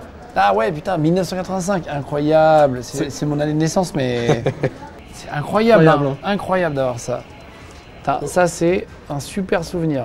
Oh, À côté, on a la première bouteille de cristalline en plastique. en plastique. Parce qu'avant, il n'y avait pas de plastique. Je veux dire, les bouteilles en plastique, elles sont pas arrivées au début. Hein. Elles devaient être épaisses, non? Ouais, qui c'est est ça. super solide. Aujourd'hui, elles sont très fines, les bouteilles, pour qu'on puisse les compresser. À l'époque, on n'avait même pas entendu parler de ça. Et du coup, la bouteille était vraiment très, très dure. Elle a changé de style hein, aussi. Hein. Non mais, vous vous rendez pas compte, mais Bah, même on peut. c'est pas du tout, on dirait un tuyau en PVC. Hein. Faire dedans. Elles sont vraiment hyper dures. Incroyable. De décembre 93. À consommer avant fin décembre 93. Ça a un style, le style de l'époque, j'adore moi. 92, et là c'est une bouteille de 92, donc c'est vraiment, ça là fait là. partie des premières bouteilles quoi. Mr Freeze, Le Mr Freeze, c'est bien frais pour toi. Quality Street, que toutes les grand-mères avaient, qui est encore plein. Putain, celui-là, il est rempli encore. Ouais. De 97, et c'est incroyable. Il est vraiment, on a tous eu la boîte. Et après, on gardait la boîte chez nous. Mais là, c'était vraiment les premiers avec vraiment le visuel, le premier visuel qui était encore à l'époque très, très rose et voilà, très joli. Très joyeux, quoi. En fait, il y avait vachement plus de joie dans tous les produits, je trouve. On peut le voir partout, tout était tellement coloré. L'ancienne boîte de Kellogg's, de Cornflakes, hyper beau, quoi. Boîte spéciale anniversaire. Donc ça, c'est une boîte de quand, ça? Je crois que c'est une boîte de 87 qui est un hommage aux premières boîtes des années 50. Oh là là, 1987. On a aussi les boîtes de Nesquik avec et sans mascotte. Parce qu'il y a eu plusieurs années où il n'y avait plus aucune mascotte. Et donc il y avait juste une boîte comme ça où on voyait juste le... Parce qu'ils l'ont remise, la mascotte. Et ils l'ont remis en 92. Ils ont mis le lapin qui encore aujourd'hui est connu, quoi. En fait, avant l'ancienne mascotte, il s'appelait Gros Quick. C'était un personnage... Avant lui, là? Avant lui. Voilà, c'était un personnage un peu gros et les enfants ne s'identifiaient pas du tout à ce personnage. Alors ils ont changé. En attendant de changer, il y avait cette boîte où il n'y avait aucune mascotte. Et ensuite, en 92, il y a eu la nouvelle mascotte Nesquik avec le lapin. Et, ok. Qui est Ils ont encore fait aujourd'hui. évoluer parce que la mascotte ne marchait pas assez auprès des enfants. C'est intéressant. Hein. Merci beaucoup. Et on a payé ça 9 francs. Voilà. Génial. Là, on va passer aux jeux. Je vois qu'il y a plein de jeux vidéo. Ouais, on a fait un rayon incroyable. Que des jeux des années 90 avec des consoles, les accessoires. Et on a des jeux iconiques aussi qui arrivent un petit peu plus tard, on verra après, c'est assez exceptionnel. Mega Drive 2 avec un jeu. Toi, t'avais quoi comme console quand t'étais petit? Moi, j'ai commencé avec ça. Game Gear, je sais pas si vous vous rappelez. En fait, il y avait la Game Boy et la Game Gear. La Game Boy, tu la connais, la Game Boy? Moi, j'avais la Game Boy Advance. Donc j'avais celle d'après celle-là. Et alors là, putain, c'est génial d'avoir ça. Là, il y a Sonic dedans. Donc Sonic, c'était ce petit personnage, pour ceux qui ne connaissent pas. Il y avait des packages où tu avais un jeu gratuit. Moi, j'ai eu celui-là, et c'est marrant, j'ai eu les deux là. J'ai eu Sonic sur Game Gear, Street Fighter 2 Turbo sur Super Nintendo. Et ça, en fait, c'était la console, l'équivalent de la Game Boy en gros, mais qui était en couleur à l'époque. Bah, c'était en couleur, mais c'était pas très clair l'écran. Hein. Ah ouais, d'accord. Voilà, et là, le son est à fond. Tu cassais pas les yeux avec ça? Bah si, en fait, je sais pas si vous voyez vraiment l'image et tout, mais on voit pas grand chose en termes de luminosité. En fait, il fallait jouer dans le noir pour voir un peu quelques Et ça, tu as beaucoup joué à couleurs. ça. Ça, je me suis tué. Alors, le problème de cette console, c'est qu'il n'y avait pas de carte mémoire dedans. Donc, en fait, tu n'avais pas de mémoire. Donc, en fait, quand tu l'éteignais ou tu n'avais plus de piles, tu repartais à zéro. Et donc, comme ça coûtait très cher à l'époque, un jeu, c'était des petites cartouches comme ça. Voilà, tu avais ta petite cartouche à l'intérieur. On a tous soufflé dedans pour les redémarrer, les trucs. Le problème, c'est que t'avais qu'un jeu ou deux quand tu étais gamin, ou trois. Et du coup, il fallait essayer de jouer. Donc, on avait soit des piles, soit on était sur secteur. S'il y avait un faux contact, ça repartait à zéro. Tu avais passé 6 heures sur le jeu. Enfin, c'était vraiment une autre époque, quoi. La Game Boy Color, tu l'as connue ou pas, non? Moi, j'avais la Advance Color. Voilà. Mais par contre, des jeux comme ça qui marchaient aussi sur la version d'après, les Pokémon, des jeux incroyables. Qui sont magnifiques. Zelda, à l'époque, ça aujourd'hui je crois que ce genre de jeu sur Super Nintendo, ils sont emballés, tu vois, dans une petite boîte en plastique parce que ça peut valoir jusqu'à 500 € aujourd'hui. C'est hyper recherché, surtout dans cet état-là. Mais regarde, attends, les accessoires. Alors ça, c'est les vraies boîtes japonaises, on voit. Putain, Donkey Kong, ça c'était vraiment le meilleur jeu aussi avec le singe. Ça, c'est des bazookas en fait. Hein. Une liberté de mouvement absolue, une précision remarquable inédite. 6 piles de format R6 fournies. Tu joues avec ça devant ton écran, ça devait quand même... En fait, les jeux en plus, ils étaient vraiment éclatés par rapport à aujourd'hui. C'était différent. Là, c'était différent, ouais. Mais en vrai, on s'amusait bien. Et là, on avance un petit peu dans le temps. Et là, on voit aussi les couleurs qui disparaissent. Tout est gris. Putain, ah, c'est vrai. Tout est devenu gris. Ça y est, les couleurs ont disparu. Il y a vraiment un moment donné dans le monde, on a enlevé les couleurs. Et même les boîtes sont devenues plus sobres. Il n'y a plus rien, quoi. Alors là, c'est marrant, c'est le jeu Gran Turismo. Putain, c'est exceptionnel. C'était vraiment un jeu qui était tellement à la pointe, ce jeu. C'était incroyable. T'as connu Gran Turismo? Gran Turismo, j'ai connu ceux d'après, mais alors celui-là, non. Non, j'ai jamais joué sur Play. Moi, j'ai commencé en console avec la Wii. Putain. Donc, bien après. La base, t'as pas connu la base? Non. Non, mais c'était exceptionnel aussi. Hein. Et là, on a un jeu incroyable. Là. J'étais à 3. J'avais pas le droit de jouer, c'était mes frères qui jouaient. Et moi, je pouvais regarder de loin parce que pour plein de raisons. De tout. Et donc, moi, j'ai connu à partir du 4. C'était déjà mieux fait le 4. Hein. Le 4 était déjà incroyable. Mais le 3. Ça a été le premier opus de GTA où vous pouvez rentrer vraiment dans le personnage et vous vivez. Enfin, vous êtes juste derrière lui, je crois. Oui, je crois que c'est ça. Metal Gear Solid aussi. Putain, mais tous les jeux de l'époque, c'était exceptionnel. Driver, putain, pour ceux qui ont connu Driver, tu connais Driver? Je connais pas du tout. C'était des voitures américaines un peu avec des suspensions, c'était un peu mou, fallait. Ah ouais? Je sais même plus ce qu'il fallait faire d'ailleurs. Time Crisis, t'as connu Time Non, Crisis? pas du tout. Dans les bornes d'arcade avec le pistolet. Ah, mais T'appuyais non, avec la c'était pédale. ça. Tu te rappelles, t'appuyais avec la pédale, il se cachait, tu rappuyais, boum. D'accord. Tu te rappelles pas? Jamais vu. Dès Jamais que tu joué. relâchais la pédale, il se cachait, tu rappuyais pour. Ça te dit rien? Pas du tout. Il y avait un pistolet à l'époque sur la PlayStation, je crois, enfin la PS quoi, normal. Il y avait un pistolet, tu avais un bouton rouge et t'appuyais pour te cacher D'accord. dessus. T'as pas connu ça? Pas du tout. C'est pas pour nous que je tourne. Il n'y a pas eu d'enfance. On va demander à Gwen qui nous a prêté toutes ces consoles et qui a été sympa et qui les a ramenées. Juste, Tiens, viens à côté si tu veux, Gwen. Gwen, c'est toi qui nous a ramené tout le matin. T'as une asso, t'es collectionneur, hein, c'est ça? Ouais, au début collectionneur, puis maintenant on a monté une asso, Games & Co. Là, c'était une vraie console de démo dans un magasin, ça? C'est ça, en fait c'est les meubles qu'il y avait dans les magasins pour la promotion des jeux et des consoles. Donc en fait, nous on avait 10 ans, on est arrivé, au lieu que t'ailles ta mère au rayon légumes, je vais au coin jeux vidéo, je cherchais moi les kiosques comme ça pour les jouer et découvrir les jeux. Puis on n'avait pas forcément les sous pour s'acheter les jeux et surtout les derniers jeux, donc on les découvrait sur ces kiosques de démonstration, donc ça a commencé comme ça. Et donc pour chaque constructeur, il y avait les kiosques. Donc là, je suis un très gros collectionneur de kiosques de démonstration. Et aujourd'hui, on les expose dans le musée, donc tu peux venir redécouvrir les consoles d'époque dans leurs kiosques, les meubles. Mais tu l'achètes où ça? Ça ne s'achète pas. Mais pourquoi? Parce qu'en fait, ces meubles-là, c'est là où c'est très compliqué pour les collectionneurs. C'est qu'en fait, ces meubles-là ont été destinés à la destruction après qu'ils aient utilisé pour vendre les objets. Donc ils les détruisent à chaque fois. C'était dans tous les contrats de chaque constructeur, c'était à la destruction tout de suite. Tu peux la démarrer là pour voir? Pour le son? Le son mythique. Qui n'a pas connu ce son-là, hein. Et la différence d'image. La différence. À l'époque, ça fliquait un peu. Je pense que ça marche à l'image, vous, ça se voit pas trop, non? C'est parce qu'à l'époque, quand tu filmais, ça faisait voilà. Donc 30 ans. Et ça, c'est quoi que tu as mis dedans? C'est Gran Turismo 2. Donc avec le Gran Turismo 2 iconique, hein, c'est vraiment là-dessus que les jeux de voiture sont vraiment démocratisés. Tout le monde a essayé de copier Gran Turismo à des années-lumière. Et du coup, la voiture iconique de Gran Turismo, c'est la fameuse Viper bleue avec les bandes blanches, tu sais, une machine de fou. Et qu'on a aujourd'hui au musée, qu'on a customisé à Gran Turismo 98 et qu'on a fait valider par Polyphony Digital Japon et le PlayStation France. Donc on a la voiture de Gran Turismo avec tous les kiosques du premier au dernier, avec tous les jeux Gran Turismo que tu peux redécouvrir au musée. Et l'anecdote folle pour ce kiosque, c'est qu'en fait j'ai été contacté pour faire un tournage pour Bref 2 avec Yann. Et du coup ça a fait l'unanimité d'avoir un kiosque des années 94 dans une scène des années 90 qu'ils ont reproduit dans Bref 2. D'accord. C'est fou à quel point ça a évolué quand même. Et alors là, pourquoi il y a des jeux qui ont l'air très neufs là? C'est exceptionnel parce qu'en fait, c'est des gens, des passionnés qui aujourd'hui créent des jeux. Donc il y a vraiment des gens qui font ça de passion, donc ils recréent des jeux pour les anciennes consoles aujourd'hui. Donc on peut acheter des jeux. Et c'est sur vraiment carte quoi, sur comment ça s'appelle, sur cartouche. Ouais, c'est des cartouches. Ouais, c'est des cartouches de jeux. Il y a des jeux qui sont faits aujourd'hui, qui sortent en ce moment pour la Mega Drive. Donc il y a encore des gens qui s'amusent à refaire des jeux pour les consoles de l'époque, parce que c'est en fait des amoureux des consoles de l'époque. C'est ça. Il y en a pour d'autres consoles ou c'est que pour la Mega Drive? Il y en a pour toutes les consoles rétro, c'est vraiment fou. Ils refont des nouveaux jeux pour les anciennes 2024. Ça vient de sortir.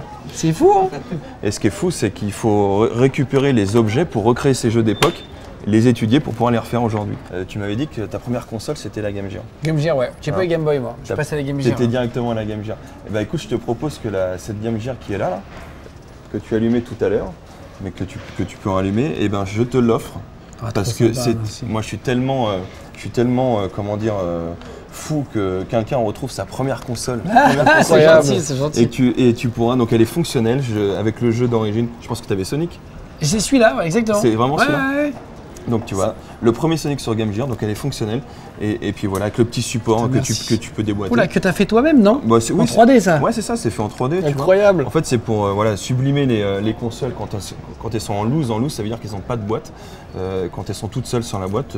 Et puis même pour... T'es vraiment un amoureux des jeux? Nous, en fait, c'est notre rôle de préserver ce patrimoine-là. D'accord. Donc ça, aujourd'hui, il y a tout c'est un monde fou pour justement préserver ce patrimoine.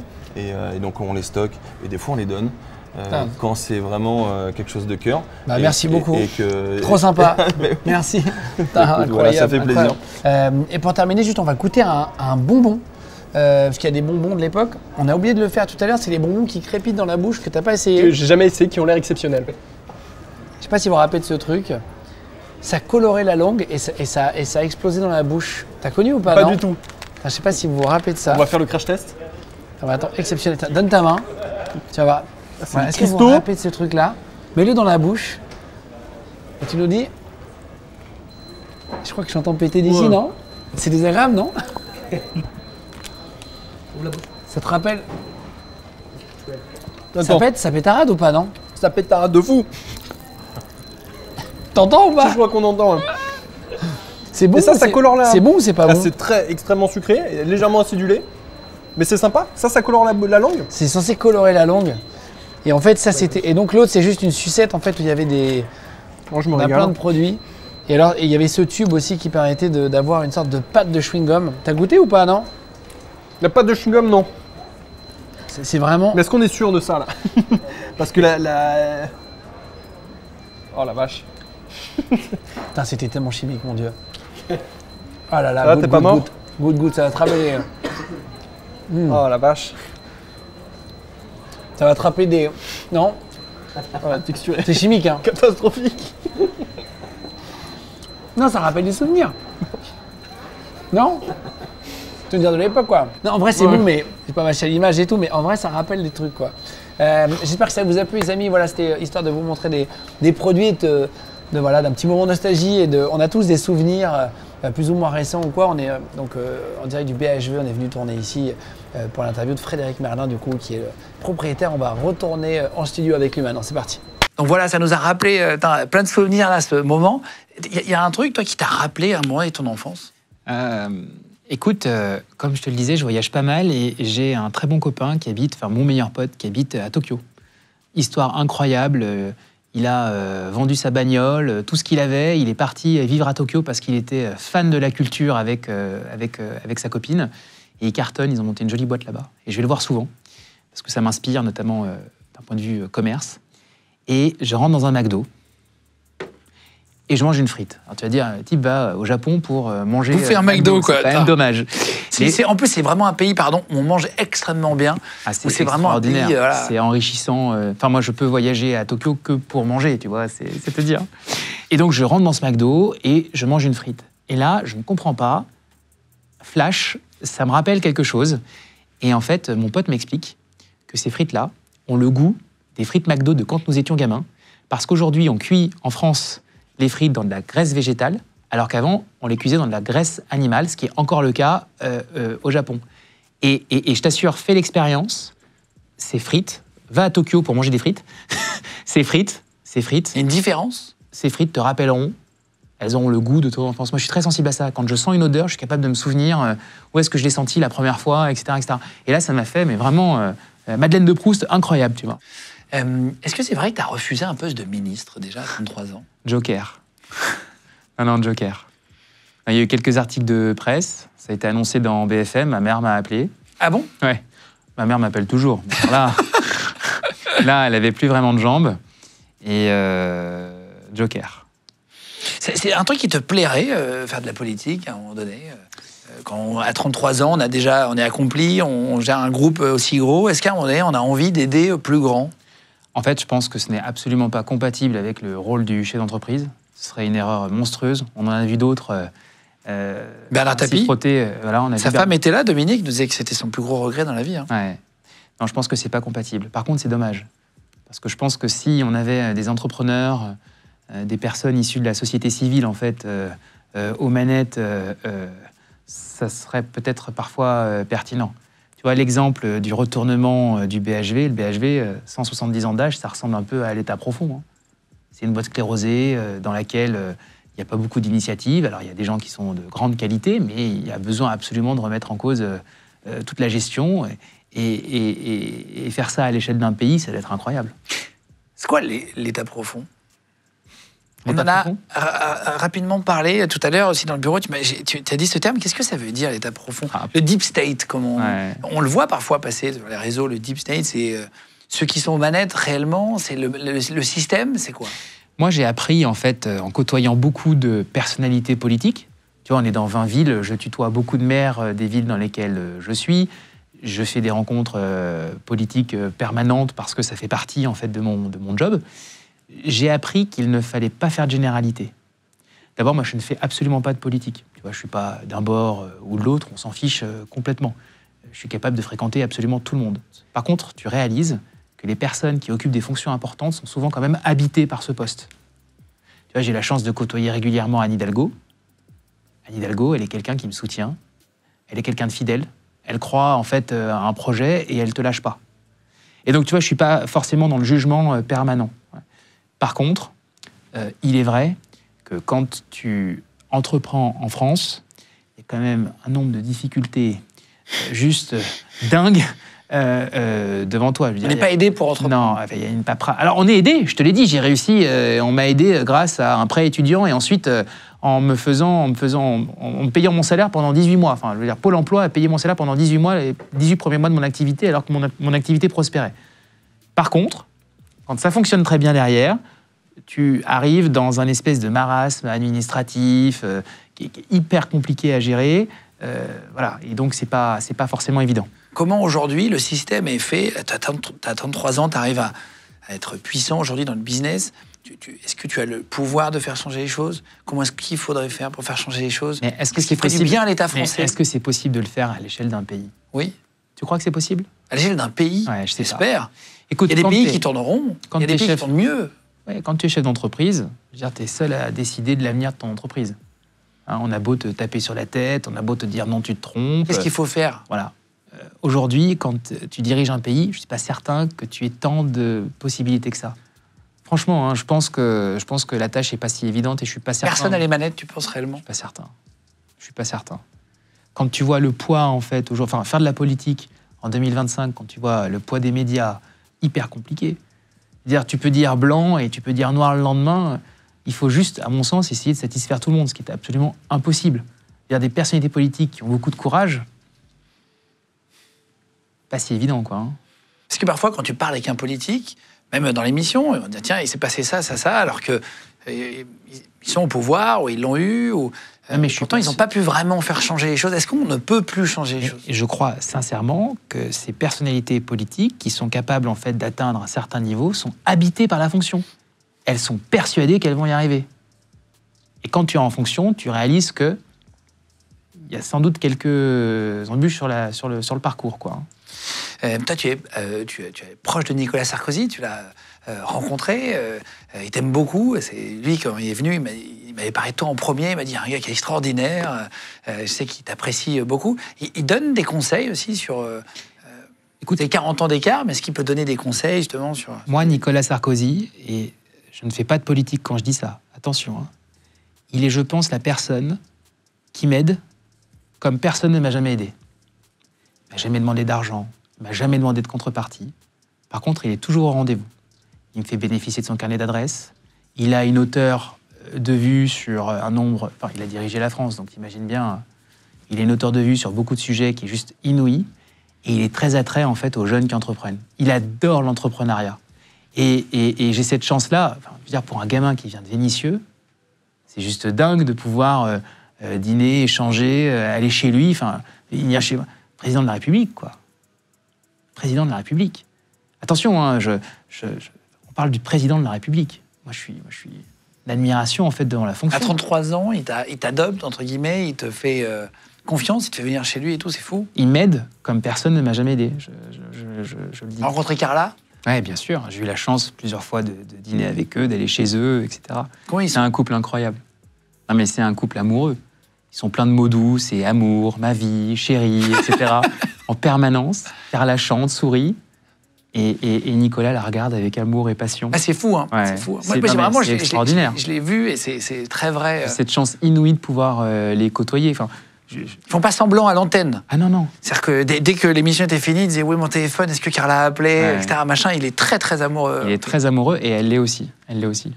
Il est très patriote. Nicolas Sarkozy, quand tu lui parles, il aime vraiment le pays, tu sens, voilà, il a ce côté-là. Comment tu es, toi, là-dessus? Ah, tu as devant toi le type le plus franchouillard qui soit.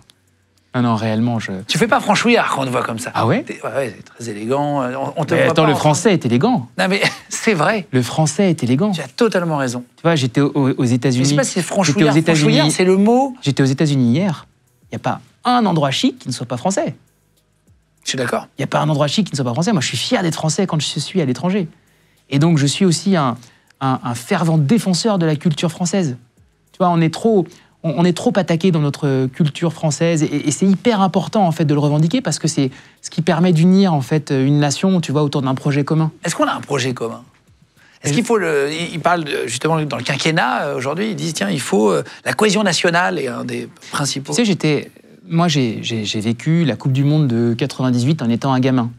J'ai des souvenirs, mais juste inouïs, de cette espèce de ferveur, cet engouement national, justement. On était heureux, on a passé un été incroyable. Tu te souviens de la dernière Coupe du Monde? Oui.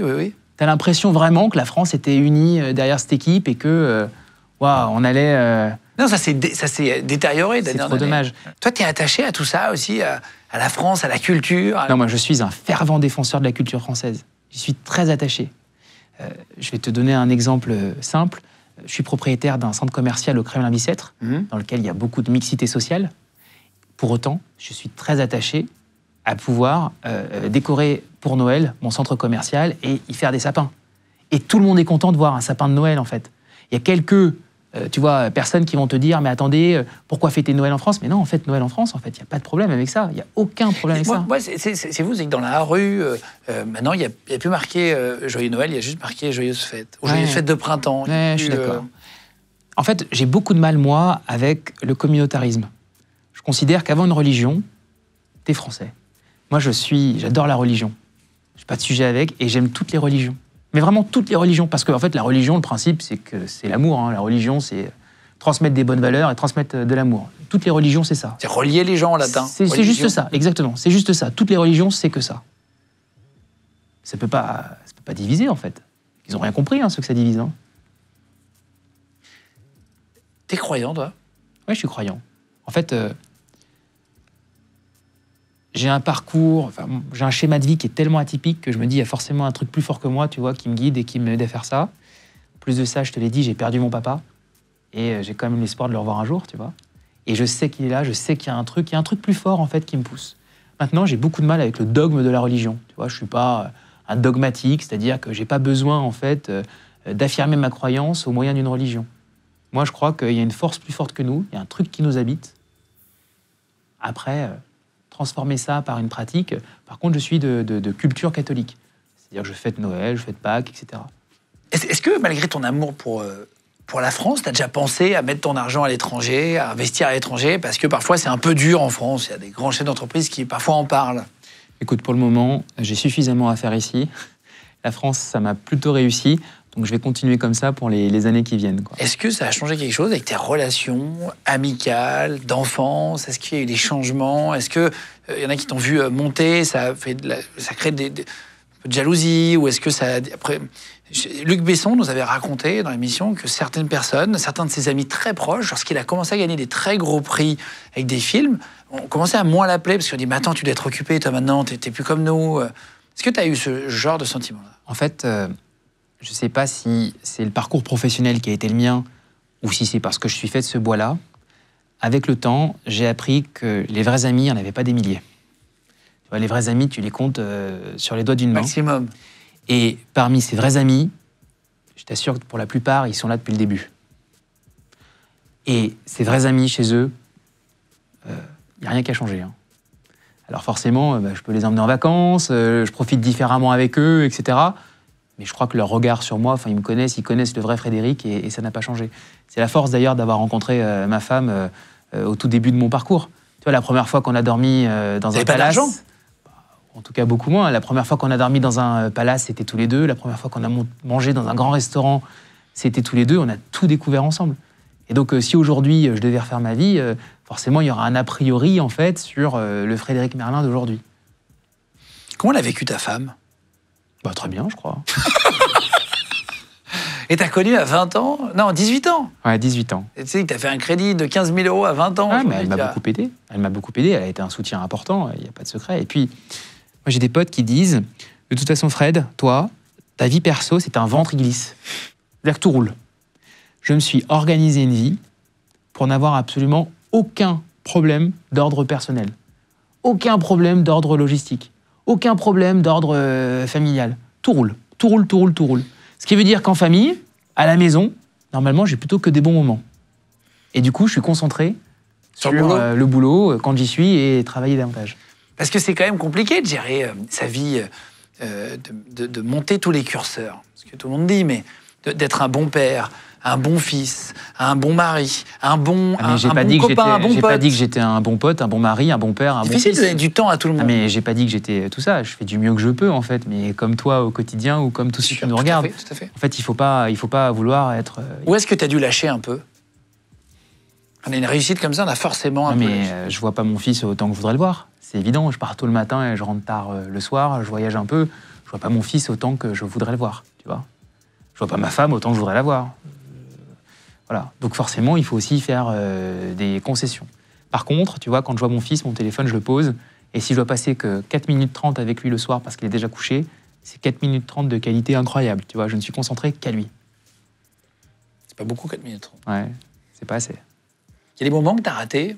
Ça, c'est parfois des regrets d'artistes, de gens, de chefs d'entreprise qu'on a, qui disent tiens, j'ai raté un moment, un anniversaire, quelque chose. Il y a plein de moments que j'ai ratés. Il y a plein de moments que j'ai ratés et en même temps, il y a plein de bons moments aussi que j'ai pu passer avec ma famille parce que j'ai cette chance-là. Parce que en tu fait. bosses. On est tous ensemble. On bosse tous ensemble, tu vois. C'est une chance inouïe. Est-ce que c'est une vie qui isole d'être entrepreneur à ce niveau-là, sur certains points? Je te l'ai dit, j'ai très peu d'amis très très proches. Je suis assez clanique. Et forcément, c'est assez hallucinant parce que c'est tout et son contraire, en fait. Tu vas avoir des opportunités de rencontres inouïes. Qu'est-ce que c'est clanique? Clanique, ça vient du clan, en fait, tu vois. Tu vas rencontrer des gens passionnants, des gens atypiques. Et en même temps, c'est pas eux qui... Peut-être, hein, mais généralement, c'est pas eux qui deviendront tes frères pour la vie, tu vois. Est-ce que ça a changé le regard des gens sur toi quand tu es dans un classement 207e fortune des Français? Bah oui, forcément. Forcément, parce que les personnes avec qui tu étais à l'école, ils s'imaginent que tu l'as sur ton compte en banque. Tu vois? Donc ils se disent, tu as une carte de crédit sur laquelle tu peux aller retirer 300, 500, 400 millions, j'en sais rien. Alors que c'est pas le cas. Non, c'est pas le cas, je confirme. Tu as été attaqué par les médias. J'ai vu des articles parfois passer. Je regardais Frédéric Merlin au pied du mur. J'ai vu des trucs. C'est difficile de se faire attaquer. On ne se rend pas compte, mais quand on est public ou chef d'entreprise, voilà, se faire attaquer, parfois à juste titre, parfois pas, ou en tout cas toujours se faire attaquer, ça fait partie des choses difficiles à vivre. Je peux pas te mentir, c'est vraiment pas agréable. C'est vraiment pas agréable, surtout quand tu as le sentiment de pas faire les choses si mal. Après, ça va avec. Quand j'avais mes 10 centres commerciaux, j'intéressais la presse locale, etc. Quand j'ai acheté mes magasins Galeries Lafayette, j'ai commencé à sortir du bois et la presse nationale s'est intéressée à moi. Quand on reprend le BHV, forcément, c'est une entreprise tellement emblématique, on nous attend tellement pas. Et puis, le profil qui est le mien, je sais que je marche dans la rue avec une espèce de cible dans le dos. Et ce qui est très dur, c'est que quand un journal fait un papier absolument atroce sur toi, et que tu n'as jamais vu le type, le journaliste, tu le connais pas, tu te dis bon, dont acte. Ce qui est encore plus dur, c'est quand tu prends ton temps, tu passes 2 heures avec un journaliste, tu es absolument persuadé que le type est convaincu, tu termines l'entretien, parce que je termine tous mes entretiens avec des journalistes en leur disant, si vous imaginez une seule seconde, si quelqu'un vient vous dire que j'ai pu vous mentir, que l'information que je vous ai donnée est fausse, rappelez-moi, dites-le moi, et je vous donnerai les éléments de preuve. Et que le journal sort, et que ton papier, en fait, dit complètement l'inverse ou est tourné d'une façon extrêmement négative, ça, c'est encore plus frustrant. Mais il faut vendre, hein, tu sais. J'ai vu un article qui disait que tu payais pas les fournisseurs et des trucs. Il n'y en a pas eu qu'un seul. Hein. Il y en a eu beaucoup. Il y en a eu beaucoup. En fait, quand on rachète le BHV, il y a toute une période de transition liée à la reprise. Il faut entre 18 et 24 mois, en fait, pour se rendre complètement autonome du groupe Galeries Lafayette. Et pendant ce temps-là, il n'y a que des couacs. Il n'y a que des couacs parce que c'est une entreprise très vieille qui est en train de s'autonomiser. Tu vois, on investit plus de 10 millions d'euros quand même pour la rendre autonome. Et parce qu'elle est en train de s'autonomiser, tu as des factures qui n'arrivent pas au bon moment, tu as des process de facturation qui sont archaïques, tu as 2 outils de comptables qui travaillent en même temps, et en plus de ça, tu as des fournisseurs qui envoient des factures au mauvais endroit, etc. Et donc oui, il y a beaucoup de couacs. Dans la réalité, les fournisseurs, ils sont payés. Sinon, tu vas au BHV... Tu n'aurais pas les rayons remplis. Voilà, et le truc serait vide, en fait. Hein. Maintenant, tu te rends compte que c'est un moyen de pression absolument phénoménal. Et attention, je reconnais qu'on ne fait pas tout bien. Je reconnais que cette période de transition, elle n'est pas évidente. Et même pour nos fournisseurs, en fait, tu vois, c'est un moment... Maintenant, on leur a donné aussi des éléments de crédibilité. J'ai mis 58 millions d'euros au capital de la boîte. 58 millions d'euros de mon cash que j'ai mis, en fait, au capital du BHV pour montrer aux fournisseurs que même s'il pouvait y avoir des couacs, moi, je serais là pour répondre et pour assumer, en fait, assumer. Donc ça, c'est hyper frustrant, tu vois. Et en plus de ça, attention, hein, quand je te dis qu'on ne fait pas tout bien, c'est que quand on reprend le BHV, il y a 3000 fournisseurs, en fait. 3000. Nous, à l'époque, on est 6 comptables. Aujourd'hui, il y en a une trentaine, il en manque encore 15. Donc, en fait, cette machine de guerre à absorber, c'est complètement dingue. Complètement dingue, tu vois. T'as un conseiller, pour t'aider, sur quand il se passe une galère comme ça, quand il y a un buzz avec des journalistes qui te cherchent. J'en ai pas un, j'en ai plusieurs. J'en ai plusieurs, c'est indispensable. C'est indispensable parce que le journaliste, il sous-estime les conséquences d'un mauvais article. Tu vois, quand il y a eu ces articles-là qui sont sortis, ça s'est calmé aujourd'hui, quand tous ces articles sont sortis, nous, on a mis 1 mois et demi avec le commissaire aux comptes pour prouver à nos banquiers que c'était faux. Qu'il existait des problématiques, qu'il y avait des épiphénomènes, mais que ce n'était pas le cas de 100% des fournisseurs. Quand tu as des caméras de télé qui viennent filmer ton magasin parce que tu démontes le pop-up du stand Jeux Olympiques et qui disent « tous les fournisseurs se barrent », ça peut avoir des conséquences lourdes parce qu'en fait, tu n'as pas tous tes banquiers qui sont à Paris ou qui disent « je vais aller voir ce qui se passe », tu vois. Mais ça fait partie du jeu. Ça fait partie du jeu et puis, en fait, avec le temps, tu baisses la tête, tu prends les coups, tu avances, tu essaies de faire les choses avec conviction et passion et puis tu déroules, quoi. Est-ce que tu as été déconnecté de la réalité avec le succès à un moment donné? Je demande souvent ça à des invités qui réussissent très fort dans plein de domaines. Est-ce qu'à un moment donné, tu as été... tu viens de dire aussi qu'on parlait de moi en mal. Oui, donc ça mais te ramène, c'est par période, c'est ça te ramène, voilà, ça te ramène aussi à la tu sais que ça réalité peut arriver et ça peut te mettre lendemain. une bonne baffe, tu vois. D'abord, les membres de mon comité de direction, c'est-à-dire ceux qui m'entourent en permanence, ils ont pour instruction de me dire la vérité et de savoir me dire non. Ma DAF, de temps en temps, elle me parle, mais j'ai l'impression que je suis un gamin et que, voilà, ma DAF, elle est très dure avec moi. Ma directrice financière. Ma directrice financière, pardon. Ouais. Très, très dure avec moi. Mais j'adore. J'adore. Parce que, en fait, si tu t'entoures que de personnes qui disent « t'es absolument génial, c'est formidable, etc. » Beaucoup d'artistes ont ça. Ils ont une cour. Ouais. Moi, je suis On pas un voit. artiste. Hein. T'as reçu, alors ça c'est drôle, je vous le mets à l'image, t'as reçu une lettre avec un billet de 50 €. Et une lettre manuscrite, donc écrite à la main, où il y a marqué « Je vous prie de trouver ci-joint un dédommagement pour des vols commis quand j'étais jeune ». Un vrai truc que t'as reçu. Extraordinaire. C'est un courrier qui est arrivé au BHV, une enveloppe, à l'intention du président. Donc pour toi? Dans lequel il y avait un billet de 50 €. J'ai tout fait, elle n'était pas signée. J'ai tout essayé pour dire, on a regardé les caméras de sécurité, elle n'était pas timbrée, donc quelqu'un est venu la déposer. Qui l'a remise, etc. J'aurais rêvé de rencontrer la personne et on n'a pas réussi. Je l'ai mis sur mon Instagram. C'est incroyable de faire ça. Je l'ai mis sur mon Instagram en me disant, peut-être que si quelqu'un passe dessus, il se manifestera. Il y a 15 personnes qui ont dit c'est moi, c'est moi, c'est moi. Je suis pas certain que ce soit vrai, mais j'aurais adoré. Ah là là, et t'as jamais su? Ouais. T'imagines la repentance quand même, c'est dingue. Des années après, aller dire, excusez-moi, j'ai volé un t-shirt, j'ai volé un truc, et t'as mis un billet et il n'y a pas de prénom. Il n'y a pas de prénom, il n'y a rien. Putain, c'est dingue. Alors, j'aurais dû rendre ce billet de ça. 50 € à la famille Moulin qui m'a vendu les Galeries Lafayette, parce que moi, je venais de racheter à l'époque où c'était C'était à l'époque. Ouais. Si jamais, j'allais dire, si jamais vous voulez nous le dire, ou vous déclarez, vous pouvez nous envoyer un mail, ou allez rajouter, si vous voulez, Frédéric, voilà, Frédéric.merlin91 sur Instagram, je vous le mets sur YouTube, dans la description. Et pareil, si vous nous écoutez en podcast audio, mais le problème, c'est que tu vas avoir 150 personnes, 3500 personnes qui vont dire que c'est eux. Comment est-ce qu'on peut savoir qui c'est? T'as même pas de silhouette à la caméra? J'ai rien. Guillaume, si tu me retrouves, ça aurait été drôle de personne, ça aurait retrouver. été incroyable. Mais je vais te retrouver 3500 personnes qui l'ont déposé, cette enveloppe. Il y en a peut-être une qui a la preuve. Et donc quelqu'un est venu Tu fais une photo en train de la remettre, tu vois. Ah oui. C'est pas mal. Alors si quelqu'un a une photo en train de la remettre, écrivez à Frédéric directement sur Instagram pour lui dire que c'est vous. Et tu le recherchais pourquoi?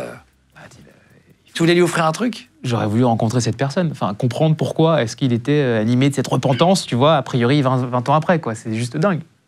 C'est juste dingue. Est-ce que toi, tu es abonné sur les réseaux? Tu disais tout à l'heure que tu suivais...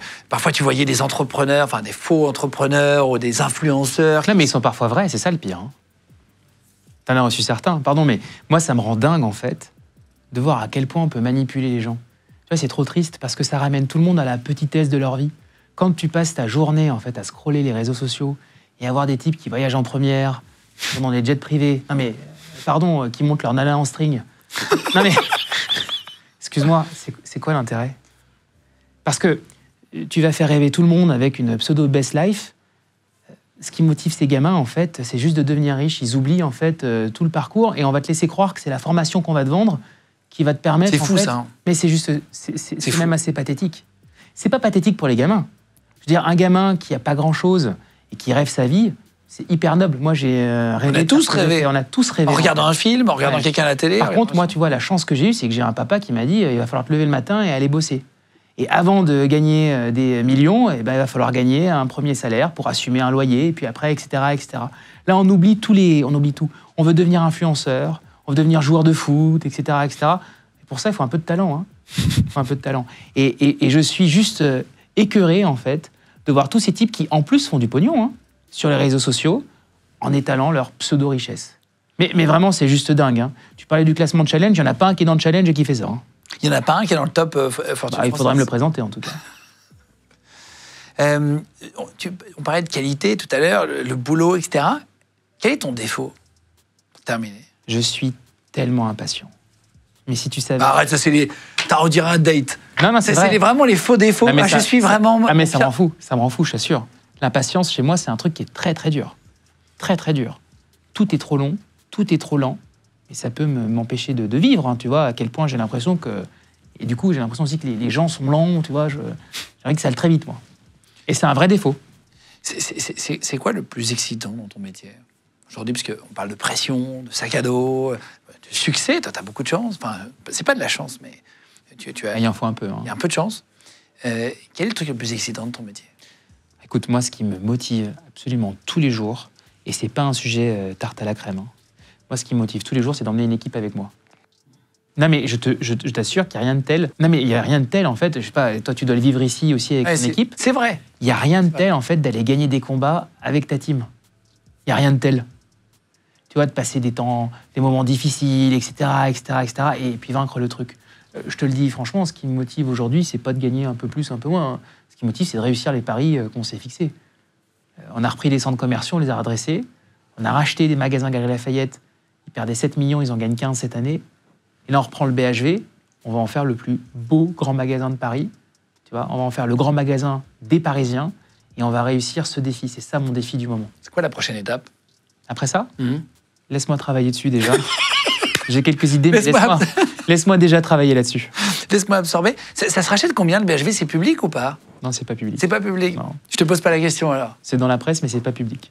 Ah bah donc c'est public. Ah non, il y a eu des infos qui ont fuité, c'est ça? Ouais. Et qu'est-ce qui a fuité dans la presse?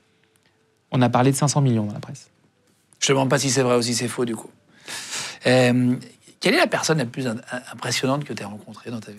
On a parlé de Nicolas Sarkozy tout à l'heure. Je t'assure que c'est quelqu'un d'extrêmement inspirant. Tu l'as reçu. Moi, je me suis fait son podcast 2 fois en courant. Ah oui, c'est vrai? Ah ouais. Il y a quand même une espèce d'auteur d'esprit qui est assez hallucinante. Félicitations pour ton parcours. C'est cool de t'avoir rencontré. Et merci d'être venu parler, raconter un peu un parcours. C'est un parcours hors norme. J'ai l'impression que parfois, c'est comme si tu t'en rendais pas compte tellement tu es haut. C'est ça qui est bon.